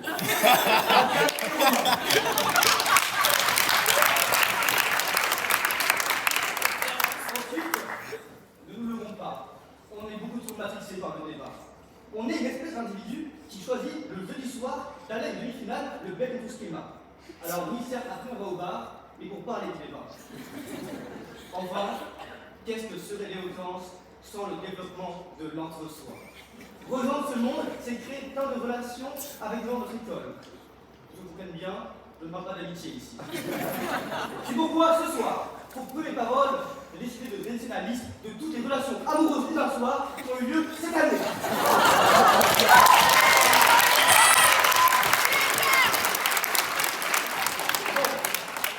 Je vois les âges inquiets et choqués de Pierre.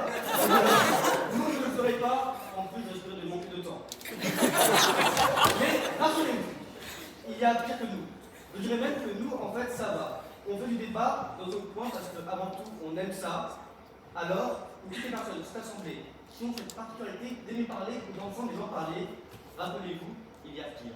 Il y a plus fou, il y a des gens qui s'engagent au sein de la Fédération francophone du débat du Nord, de chère FFDN. Une autre question pour vous qui êtes concernés. Qu'est-ce qui vous a plu? Qu'est-ce qui vous est arrivé dans la vie pour vous dire que travailler sur le bureau était une bonne idée? Rendez-vous compte, chère assemblée, en quoi consiste ce travail bénévole? Aujourd'hui, si vous rejoignez le bureau de la FFDN, vous vous retrouvez au milieu de extrême gauchistes de RVT, de bombeurs du bec et de gens de l'ESPOL.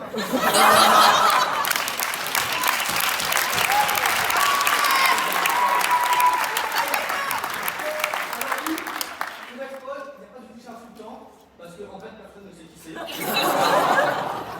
vous dans le contexte, le serment d'Espol, ça fait de la Cato. Je ne dis pas non plus vraiment la Cato, parce que la Cato, c'est l'oratorium. Je dis la Cato, il y a aussi HESL, en tout cas, je crois. Bref, Espol, on ne comprend pas. En tout cas, vous vous retrouvez au milieu de gens de toutes les religions. De milieux tellement différents, vous pouvez croire qu'on ne parle pas la même langue.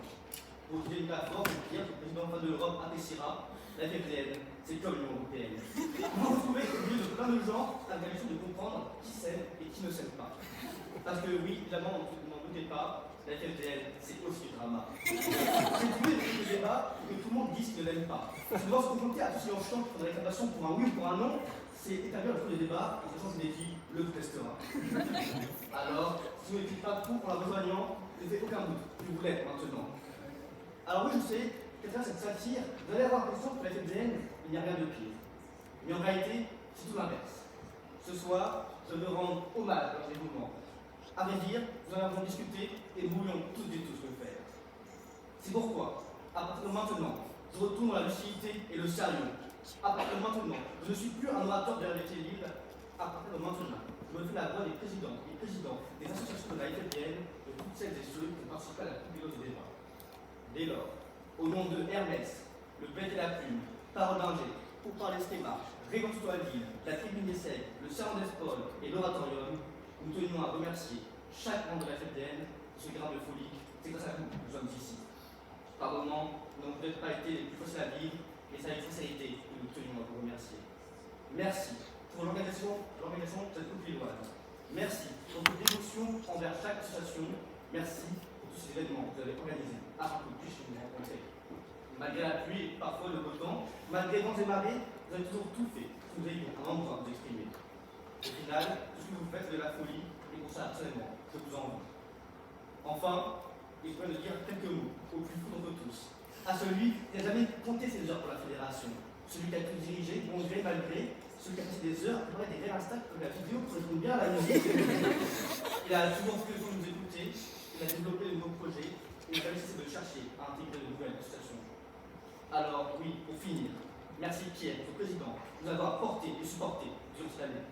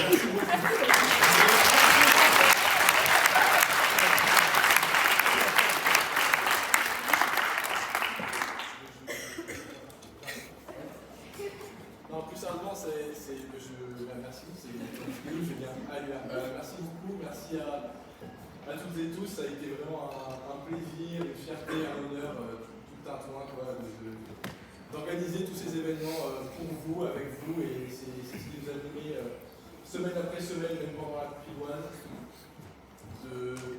d'avoir des associations, des personnes qui sont passionnées, qui voulaient débattre, qui voulaient prendre la parole, même pendant le concours d'éloquence, pendant les débats amicaux, pendant le choc franco-belge, pendant même les clashs de la FFDN. D'ailleurs, je n'ai pas pensé à vous le dire, mais on vous attend bien évidemment nombreux et nombreuses après la finale au Bertom pour un afterwork où on va peut-être se bourrer la gueule. En tout cas, c'est pas obligé, bien sûr, on est d'accord. Non, mais voilà, mais merci beaucoup parce que c'est grâce à vous qu'on fait ça, c'est grâce à vous qu'on a toute cette motivation de se lever, de venir à chaque événement. Donc vraiment, et André, les remerciements, c'est pour vous. Donc vraiment, merci à vous.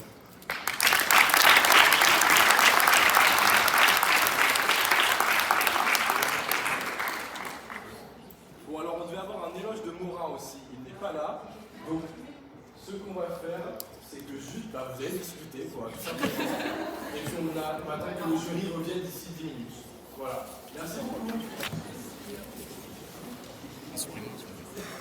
Honorable Assemblée, quel débat?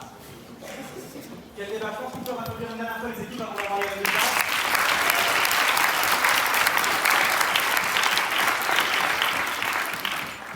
Mais parce que vous donner les résultats tout de suite serait un peu trop facile, on va d'abord faire durer un petit peu le suspense avec tout d'abord les remerciements, parce que cette compétition n'aurait pas été possible sans beaucoup d'acteurs, à commencer par l'entièreté du bureau de la FFDN et par M. Pierre Dott, notre cher président. Mais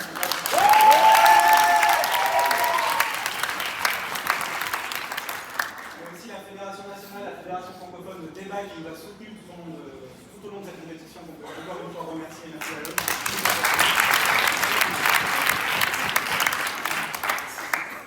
Pour cette finale, nous avions deux partenaires de choix. Tout d'abord, la région de France, qui nous a prêté cet hémicycle, qui nous a aidé à la communication. Tout ça, merci beaucoup à la région de France de nous accueillir ce soir.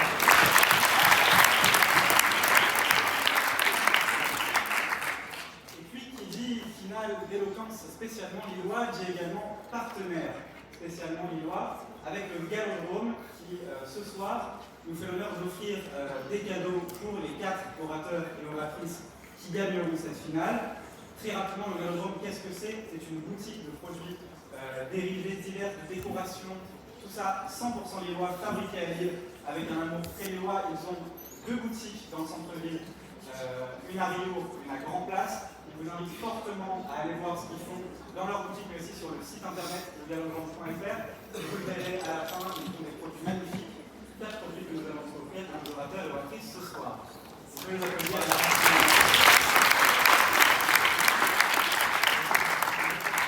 Puisque les remerciements sont faits, je laisse la place à Pierre Dott qui va maintenant nous accueillir le jury pour ses retours.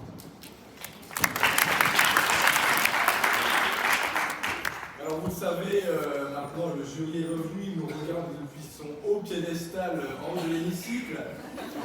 J'aimerais qu'on les applaudisse parce que prendre une décision comme ça en finale.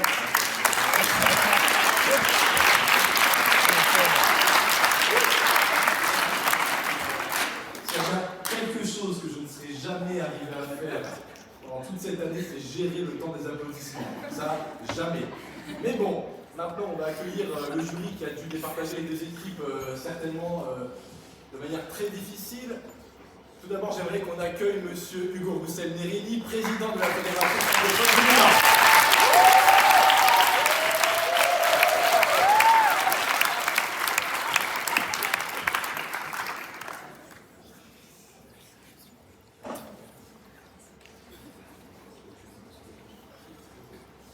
Nous avions ensuite une personne qui siège ici, mais qui est aussi présidente du mouvement européen Nord, donc qui a une certaine connaissance sur le sujet de ce soir, c'est Madame Margot Roucher.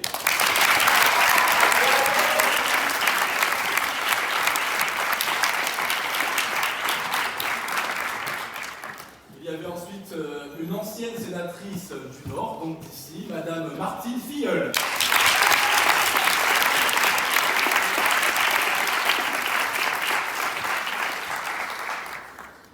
Et puis enfin, l'un de nos chers ayatollah de la chaîne des Pourquoi, formateur à la Fédération francophone de débat, qui a eu l'honneur ou le déshonneur, on ne sait pas, de juger Révolte-toi Lille pendant la Coupe de France de cette année. Il est aussi responsable du pôle cohésion de la FFD, c'est monsieur Tom Robert.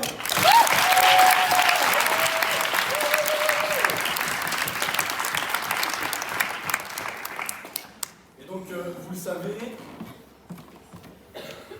il y avait une équipe de la compétition à élire. Pour cette coupe lilloise, l'année dernière, c'était le bureau de la FFDN qui les avait nommés. Cette année, nous vous avions proposé une liste et ils ont été élus par vous-même. Il y a eu 302 votes. Donc merci beaucoup à vous pour votre engagement, pour votre soutien. Avant d'annoncer les résultats poste par poste que Hugo Roussel va nous annoncer, je t'invite d'ailleurs à venir à côté de moi, je vais annoncer les personnes qui étaient nommées poste par poste. Au poste de Premier ministre, nous avions comme nommé Camila Vargas de Révolte-toi Lille.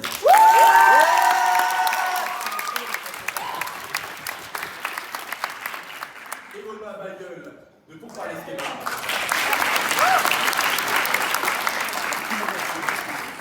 Audrey Bakowski du Serment d'Espol. Et Hugo Bauer d'Hermès ESJ.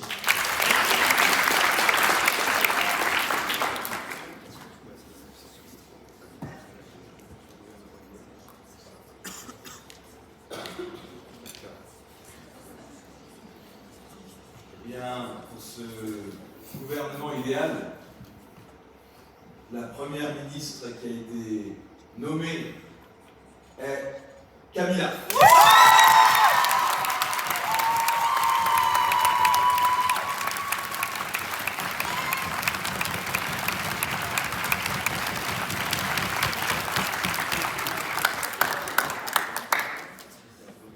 Allez, viens Camila, allez, viens. Le gouvernement idéal doit s'asseoir ici.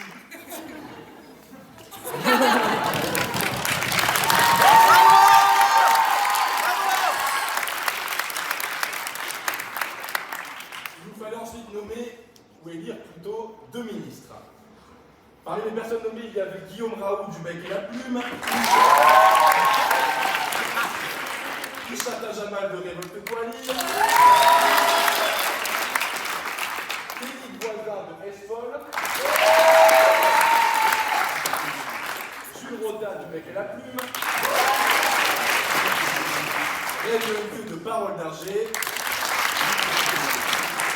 Louis-Marie Sereau de Pourparlers Schema, Adam Yakoubaga de la Tribune Yesseg, mais aussi Mathéo Jacob de Révolte-toi Lille.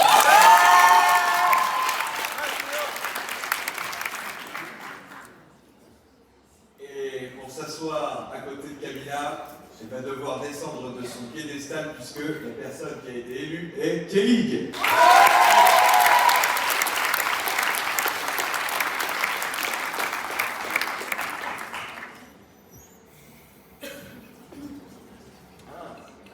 Nous avons parmi les autres ministres le citoyen Guillaume.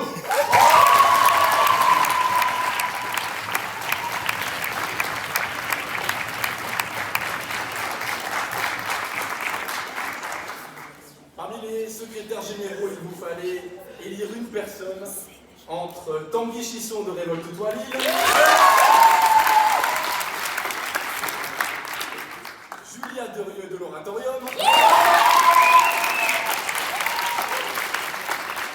Margot Biel du Bec et la Plume, et Samuel Couteau du Serment d'Espol.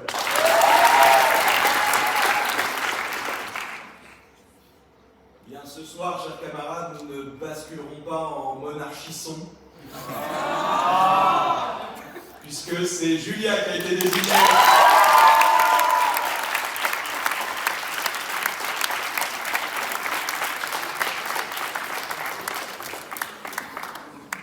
Bravo à tous les 4.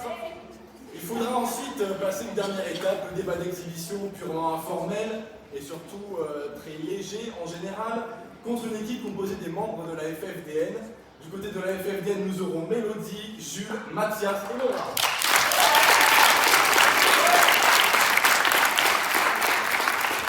La date du débat sera fixée dans les prochains jours en fonction des disponibilités de chacune et chacun. Sur ce, nous allons laisser le jury annoncer le résultat de ce soir.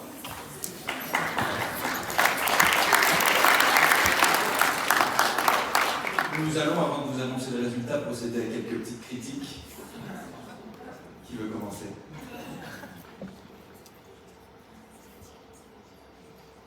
Bonsoir, bonsoir. On a eu des images fortes ce soir, notamment une qui nous a bien marqué, le nuque décapité. Merci à toi, Margot. On a eu des images fortes et une très belle verbe. Un très beau verbe, une très belle écriture et beaucoup de travail. Attention cependant, en débat parlementaire, plus on travaille, moins on a de spontanéité. Ça, c'est un travail, la spontanéité, qui va surtout faire défaut à une opposition. Parce que l'opposition doit s'adapter nécessairement au travail du gouvernement, à sa mesure et à son dogme qu'il a choisi.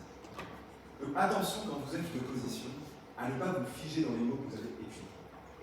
Maintenant, ça a été un débat qui était très chouette à voir, très chouette à entendre, et des orateurs qui vraiment nous ont dit. Merci à vous.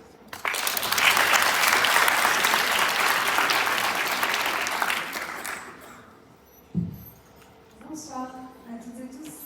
Merci aux participants du coup de nous avoir fait vibrer sur une question qui m'est évidemment chère, la sortie ou non de l'Union européenne, et qui est une question évidemment importante dans le moment politique que nous sommes en train de traverser. Et j'en attendais à vrai dire beaucoup, à la fois de ceux qui allaient prendre la position du non. Non, il ne faut pas sortir, car c'est quand même, il faut le dire, mon côté de choix. Et j'attendais peut-être encore plus finalement de ceux qui allaient défendre le Frexit, puisque je ne voulais pas qu'il tombe dans la caricature. Et à vrai dire, je suis assez satisfaite d'un côté et de l'autre pour la puissance des argumentaires que vous avez développés. Merci beaucoup. Merci à vous.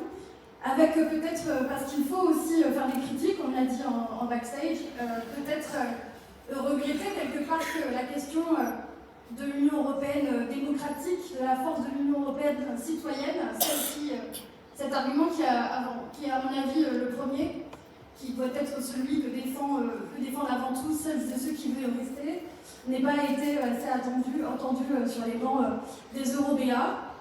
Mais merci quand même d'avoir défendu la solidarité et l'union face à celles et ceux qui veulent l'autonomie et le Frexit. Merci.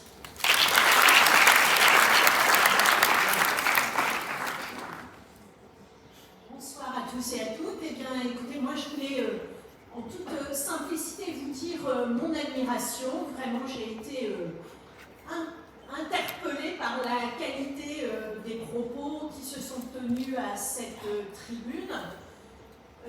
Véritablement, les argumentaires étaient très forts et très cohérents, à tel point que pour avoir assisté à beaucoup de débats de cette nature, j'ai trouvé que ce soir, c'était le meilleur auquel j'ai pu assister.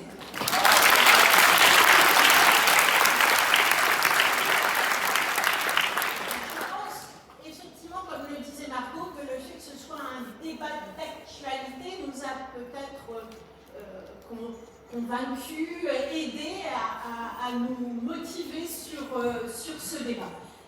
Par contre, moi j'aurais aussi une petite remarque à faire qui consiste à dire que effectivement vous avez les défauts de vos qualités, c'est-à-dire que vous avez, je trouve, trop bien travaillé vos interventions, à tel point que parfois ça manquait de naturel et de spontanéité. Et je pense qu'il faut réussir, malgré la difficulté, et moi c'est toujours beaucoup plus facile à dire qu'à faire, il faut garder une petite marge pour réagir très spontanément, peut-être réussir à se laisser aller dans les prochaines interventions que vous allez faire. Je vous remercie.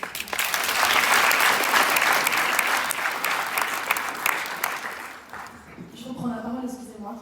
Juste parce parce que comme le débat était foncièrement européen, vous rappelez quelques dates de l'actualité qui arrive. Évidemment, le 9 juin, on va voter.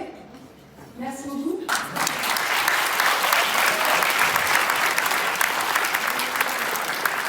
Si ce n'est pas déjà fait et que vous voulez voter à côté de chez vous, les inscriptions sur les listes électorales, c'est jusqu'au 3 mai. Bon, voilà. N'hésitez pas. Et évidemment, à Lille et partout ailleurs, le mois de l'Europe se profile à partir du 1er mai, avec un débat qui risque de vous intéresser, puisque c'est votre passion, un débat des listes candidates aux élections européennes le 28 mai à la Fabrique du Sud. Voilà, je vous laisse la date à noter dans vos agendas pour que vous soyez le plus nombreux possible à pouvoir interpeller nos candidats. Merci.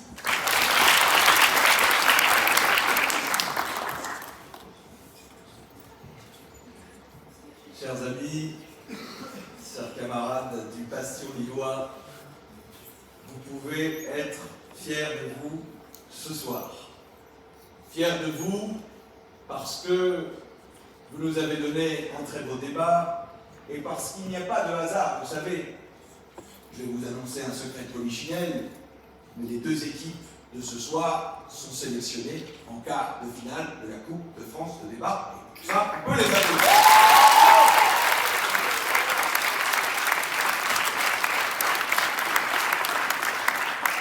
C'est vrai que ce sont deux équipes historiques qui s'affrontent ce soir. Vous savez, moi je fais un petit peu la mémoire de la fédération, des fédérations. D'ailleurs, quand je viens ici, j'ai pas l'impression d'être en Union européenne, mais plutôt l'union que je préfère, qui n'existe plus malheureusement, qui est l'Union soviétique. J'ai l'impression ici d'être au congrès du Soviet suprême, vous voyez, au Soviet des nationalités. Voilà, les républiques sont rassemblées. D'ailleurs, le président, ce soir, je pense qu'on peut l'applaudir, ainsi que tout le bureau de la Fédération francophone de débat du Nord.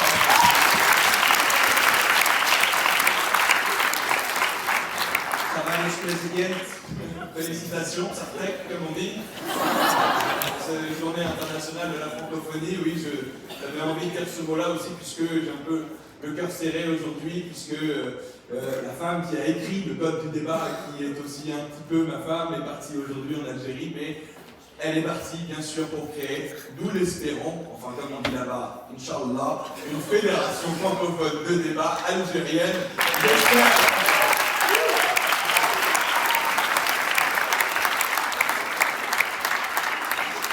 J'espère que ça arrivera, mais ça n'est pas le sujet de ce soir. Ce soir, donc, deux équipes historiques, Révolte-toi Lille, qui est peut-être qui est le plus vieux club de la Fédération francophone de débat du Nord.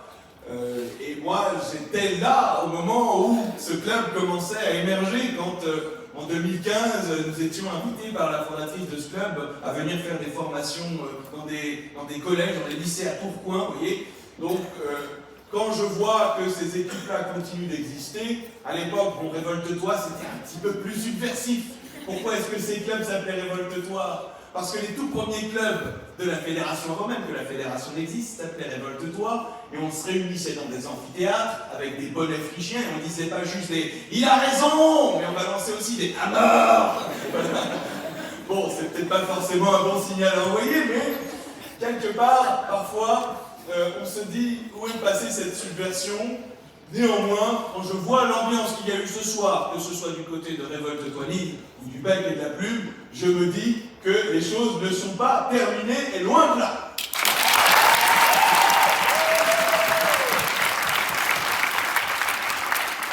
Au contraire, j'ai même envie de dire, pour parler comme Saint-Simon, qui est aussi, d'une certaine manière, un de ceux qui a conceptualisé l'Europe, qui est à la fois un des pères et du socialisme et du libéralisme, qui a donné le pire et le meilleur. Quand je vous vois ce soir, je me dis, l'âge d'or est devant.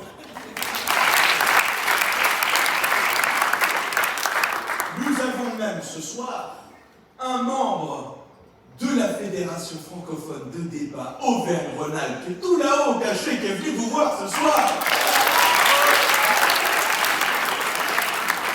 Sachant que la Fédora est née, parce qu'ils se sont dit on en a marre des Lillois qui viennent tout rafler en Coupe de France, nous aussi, on va aussi s'organiser et s'entraîner. Donc, ce soir, nous avons eu cet exemple-là. Nous avons eu deux équipes qui ont cherché justement à montrer que le débat devait continuer, qu'il n'y avait pas que la Coupe de France, mais qu'il y avait aussi un bastion lillois puissant, un bastion lillois organisé, un bastion lillois qui voulait ce soir nous parler d'Europe.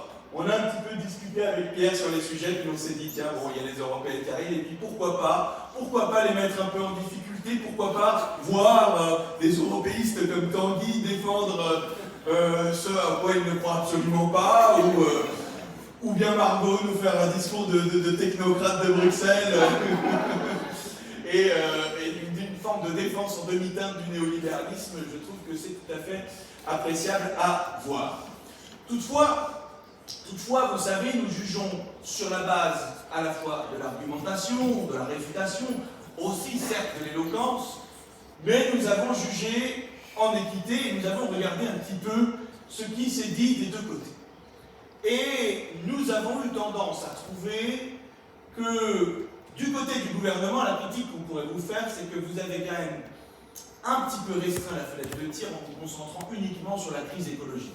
Là où, même si vous nous avez fait une critique du néolibéralisme, même si vous nous avez fait une critique du caractère peu démocratique, pas assez démocratique de l'Union européenne, vous auriez pu un peu plus accentuer sur ces points-là et peut-être moins vous concentrer uniquement sur la crise écologique. Mais le bémol à ce bémol, c'est que d'une certaine manière, on a retrouvé ces arguments-là et par conséquent, vous n'avez pas fait du hors-piste, mais faites attention quand même à trop restreindre le sujet. Du côté de l'opposition, nous avons eu l'opposition qui certes a plaidé pour le statu quo, qui nous a plaidé pour cette Union européenne telle qu'on la connaît aujourd'hui, c'est-à-dire une Union européenne assez peu démocratique, assez peu populaire et assez peu sociale. Mais d'une certaine façon, vous deviez aussi incarner ce statu quo. Toutefois, c'est plutôt du côté de la réfutation qu'on s'est posé un petit peu des questions. Quand le gouvernement nous avance que le local c'est mieux, qu'est-ce que vous pouviez répondre si c'était leur expliquer que quand on cultive des fruits en dehors des saisons sous serre, c'est beaucoup moins écologique que de les faire venir de l'autre bout du monde. Donc vous aviez, je vous donnez juste cet exemple, plus matière à réfuter ce genre d'argument. Vous aviez plus matière aussi, peut-être à nous faire un petit peu plus rêver sur l'Europe. Je sais qu'elle ne fait pas rêver. Je sais qu'elle est un peu, bon, pas forcément la plus, à part Pierre Dodd, bon, mais c'est une exception parmi nous. Non, ce que je veux dire, c'est qu'on peut faire un peu plus rêver sur l'Union européenne. On peut faire un petit peu, vous auriez pu faire un peu plus de François Mitterrand ce soir, vous dire la France est notre patrie, l'Europe est notre avenir. Et ça aurait été peut-être plus appréciable d'une certaine façon que de se cantonner à une défense un peu technocratique sans essayer de prendre le contre-pied de ce que disait le gouvernement, de leur expliquer un petit peu plus que finalement, même si l'Europe n'est pas parfaite, elle reste démocratique. Allez voter le 9 juin. Vous voyez, vous pouviez utiliser ces arguments-là, et peut-être que vous êtes chacun resté cantonné à votre argumentation, là où ce soir, la réfutation n'était peut-être pas suffisamment à l'honneur d'un côté comme de l'autre.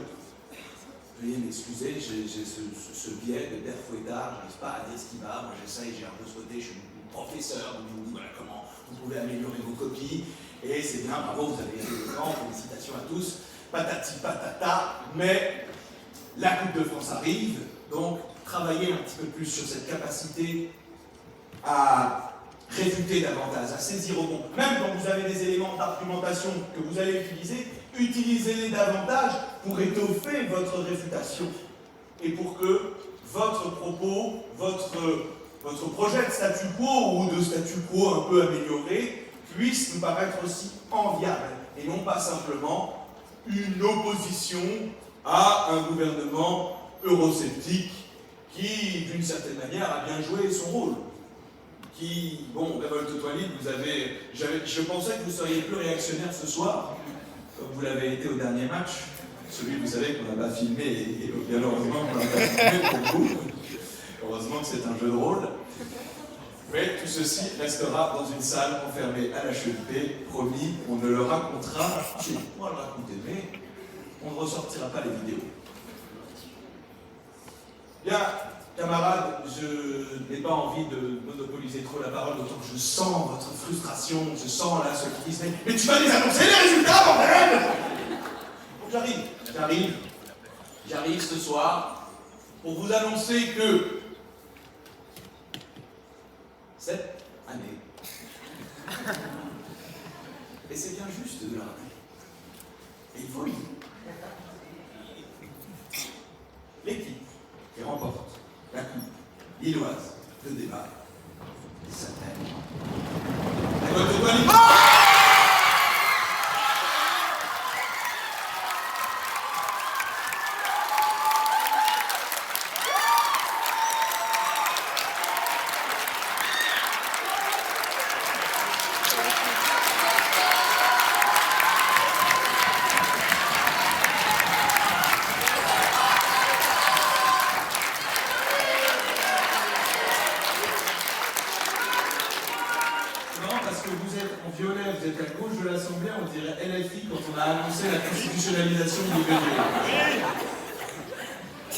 Félicitations à vous. Toutefois, j'aimerais la même liesse pour applaudir l'équipe.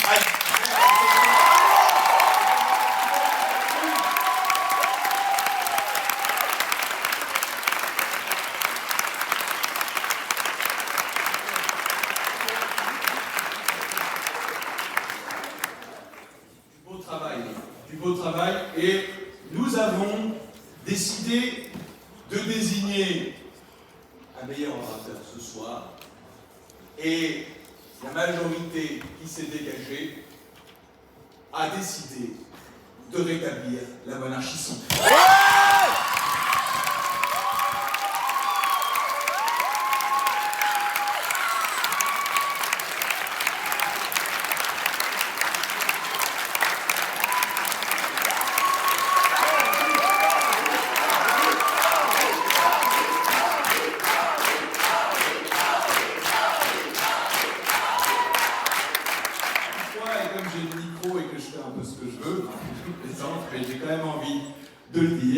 J'ai trouvé que ce soir, si on pouvait applaudir aussi une excellente prestation de secrétaire général, ce serait aussi la prestation de Marco.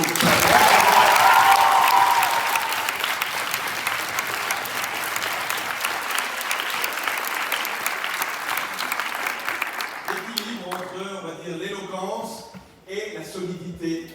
Et c'est finalement la rencontre entre ces deux éléments qui fera peut-être que l'une de ces deux équipes remportera la Coupe de France de débat, mais ça c'est une affaire à suivre. En attendant, nous allons procéder à notre petit rituel. On ne met pas oratrice, on ne met pas orateur. Vive la féminin!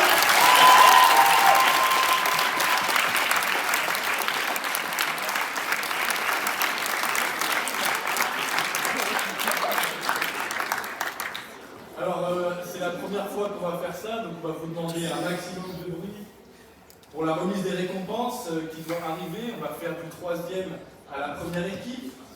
Donc tout d'abord, j'aimerais qu'on accueille l'équipe qui finit 3e de cette Coupe lilloise de débat 2024, à savoir pour parler Schema.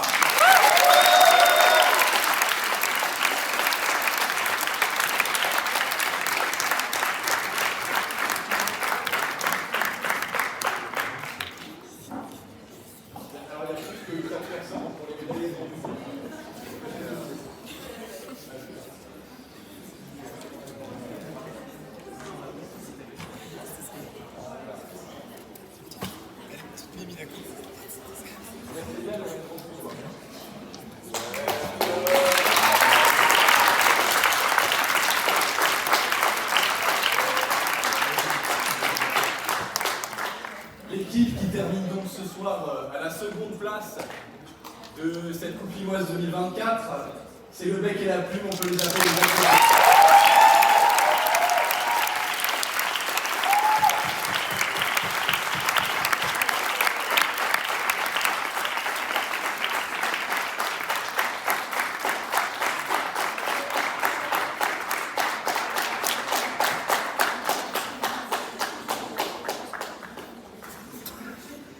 Je suis un peu triste, je vous avoue, parce que ça fait un mois qu'elle est chez moi, que je la regarde tous les soirs et je me dis qui va gagner la coupe. Est-ce que c'est mon club formateur Révolte-toi Libre ou est-ce que c'est les clubs de l'école dans laquelle je suis maintenant?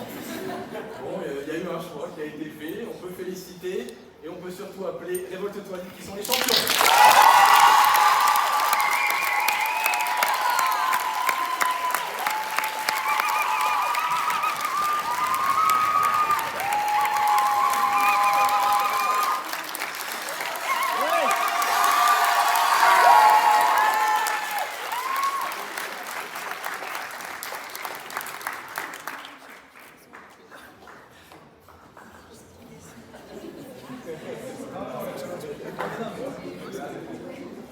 Merci beaucoup à toutes et à tous. On va laisser les photographes faire leur travail non rémunéré en fait. Mais sur une petite chose, pour célébrer ces trois équipes et pour célébrer cette coupe et pour célébrer la Fédé du Nord, la Fédé tout court et la tradition du débat, on va tous se lever et chanter une chanson que vous connaissez tous, la Marseillaise, et après vous pouvez lancer notre chanson sur le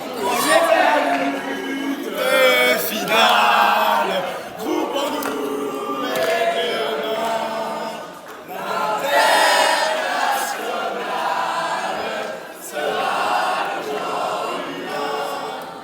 C'est la lutte finale, groupons-nous et demain, l'international sera le genre humain.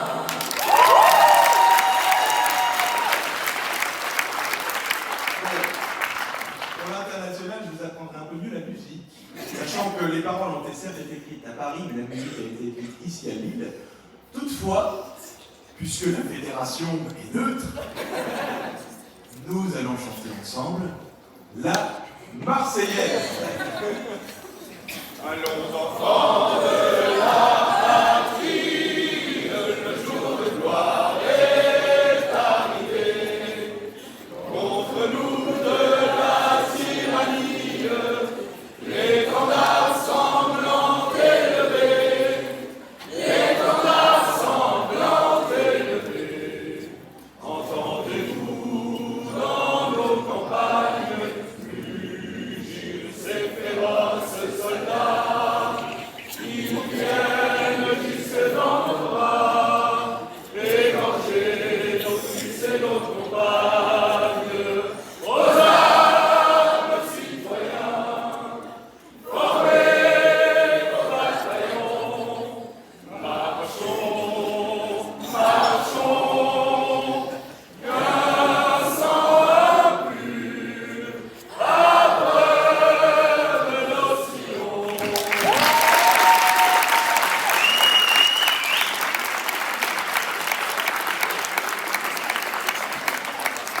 On peut remercier encore une dernière fois, s'il vous plaît, tous les jurés. Merci à vous. Merci aussi à vous, chers publics, d'avoir été là pendant toute la compétition. C'était vraiment un immense plaisir de vous avoir avec nous chaque semaine, à chaque étape de la compétition. Merci beaucoup à vous et on se retrouve au Berton pour un grand verre. Merci beaucoup.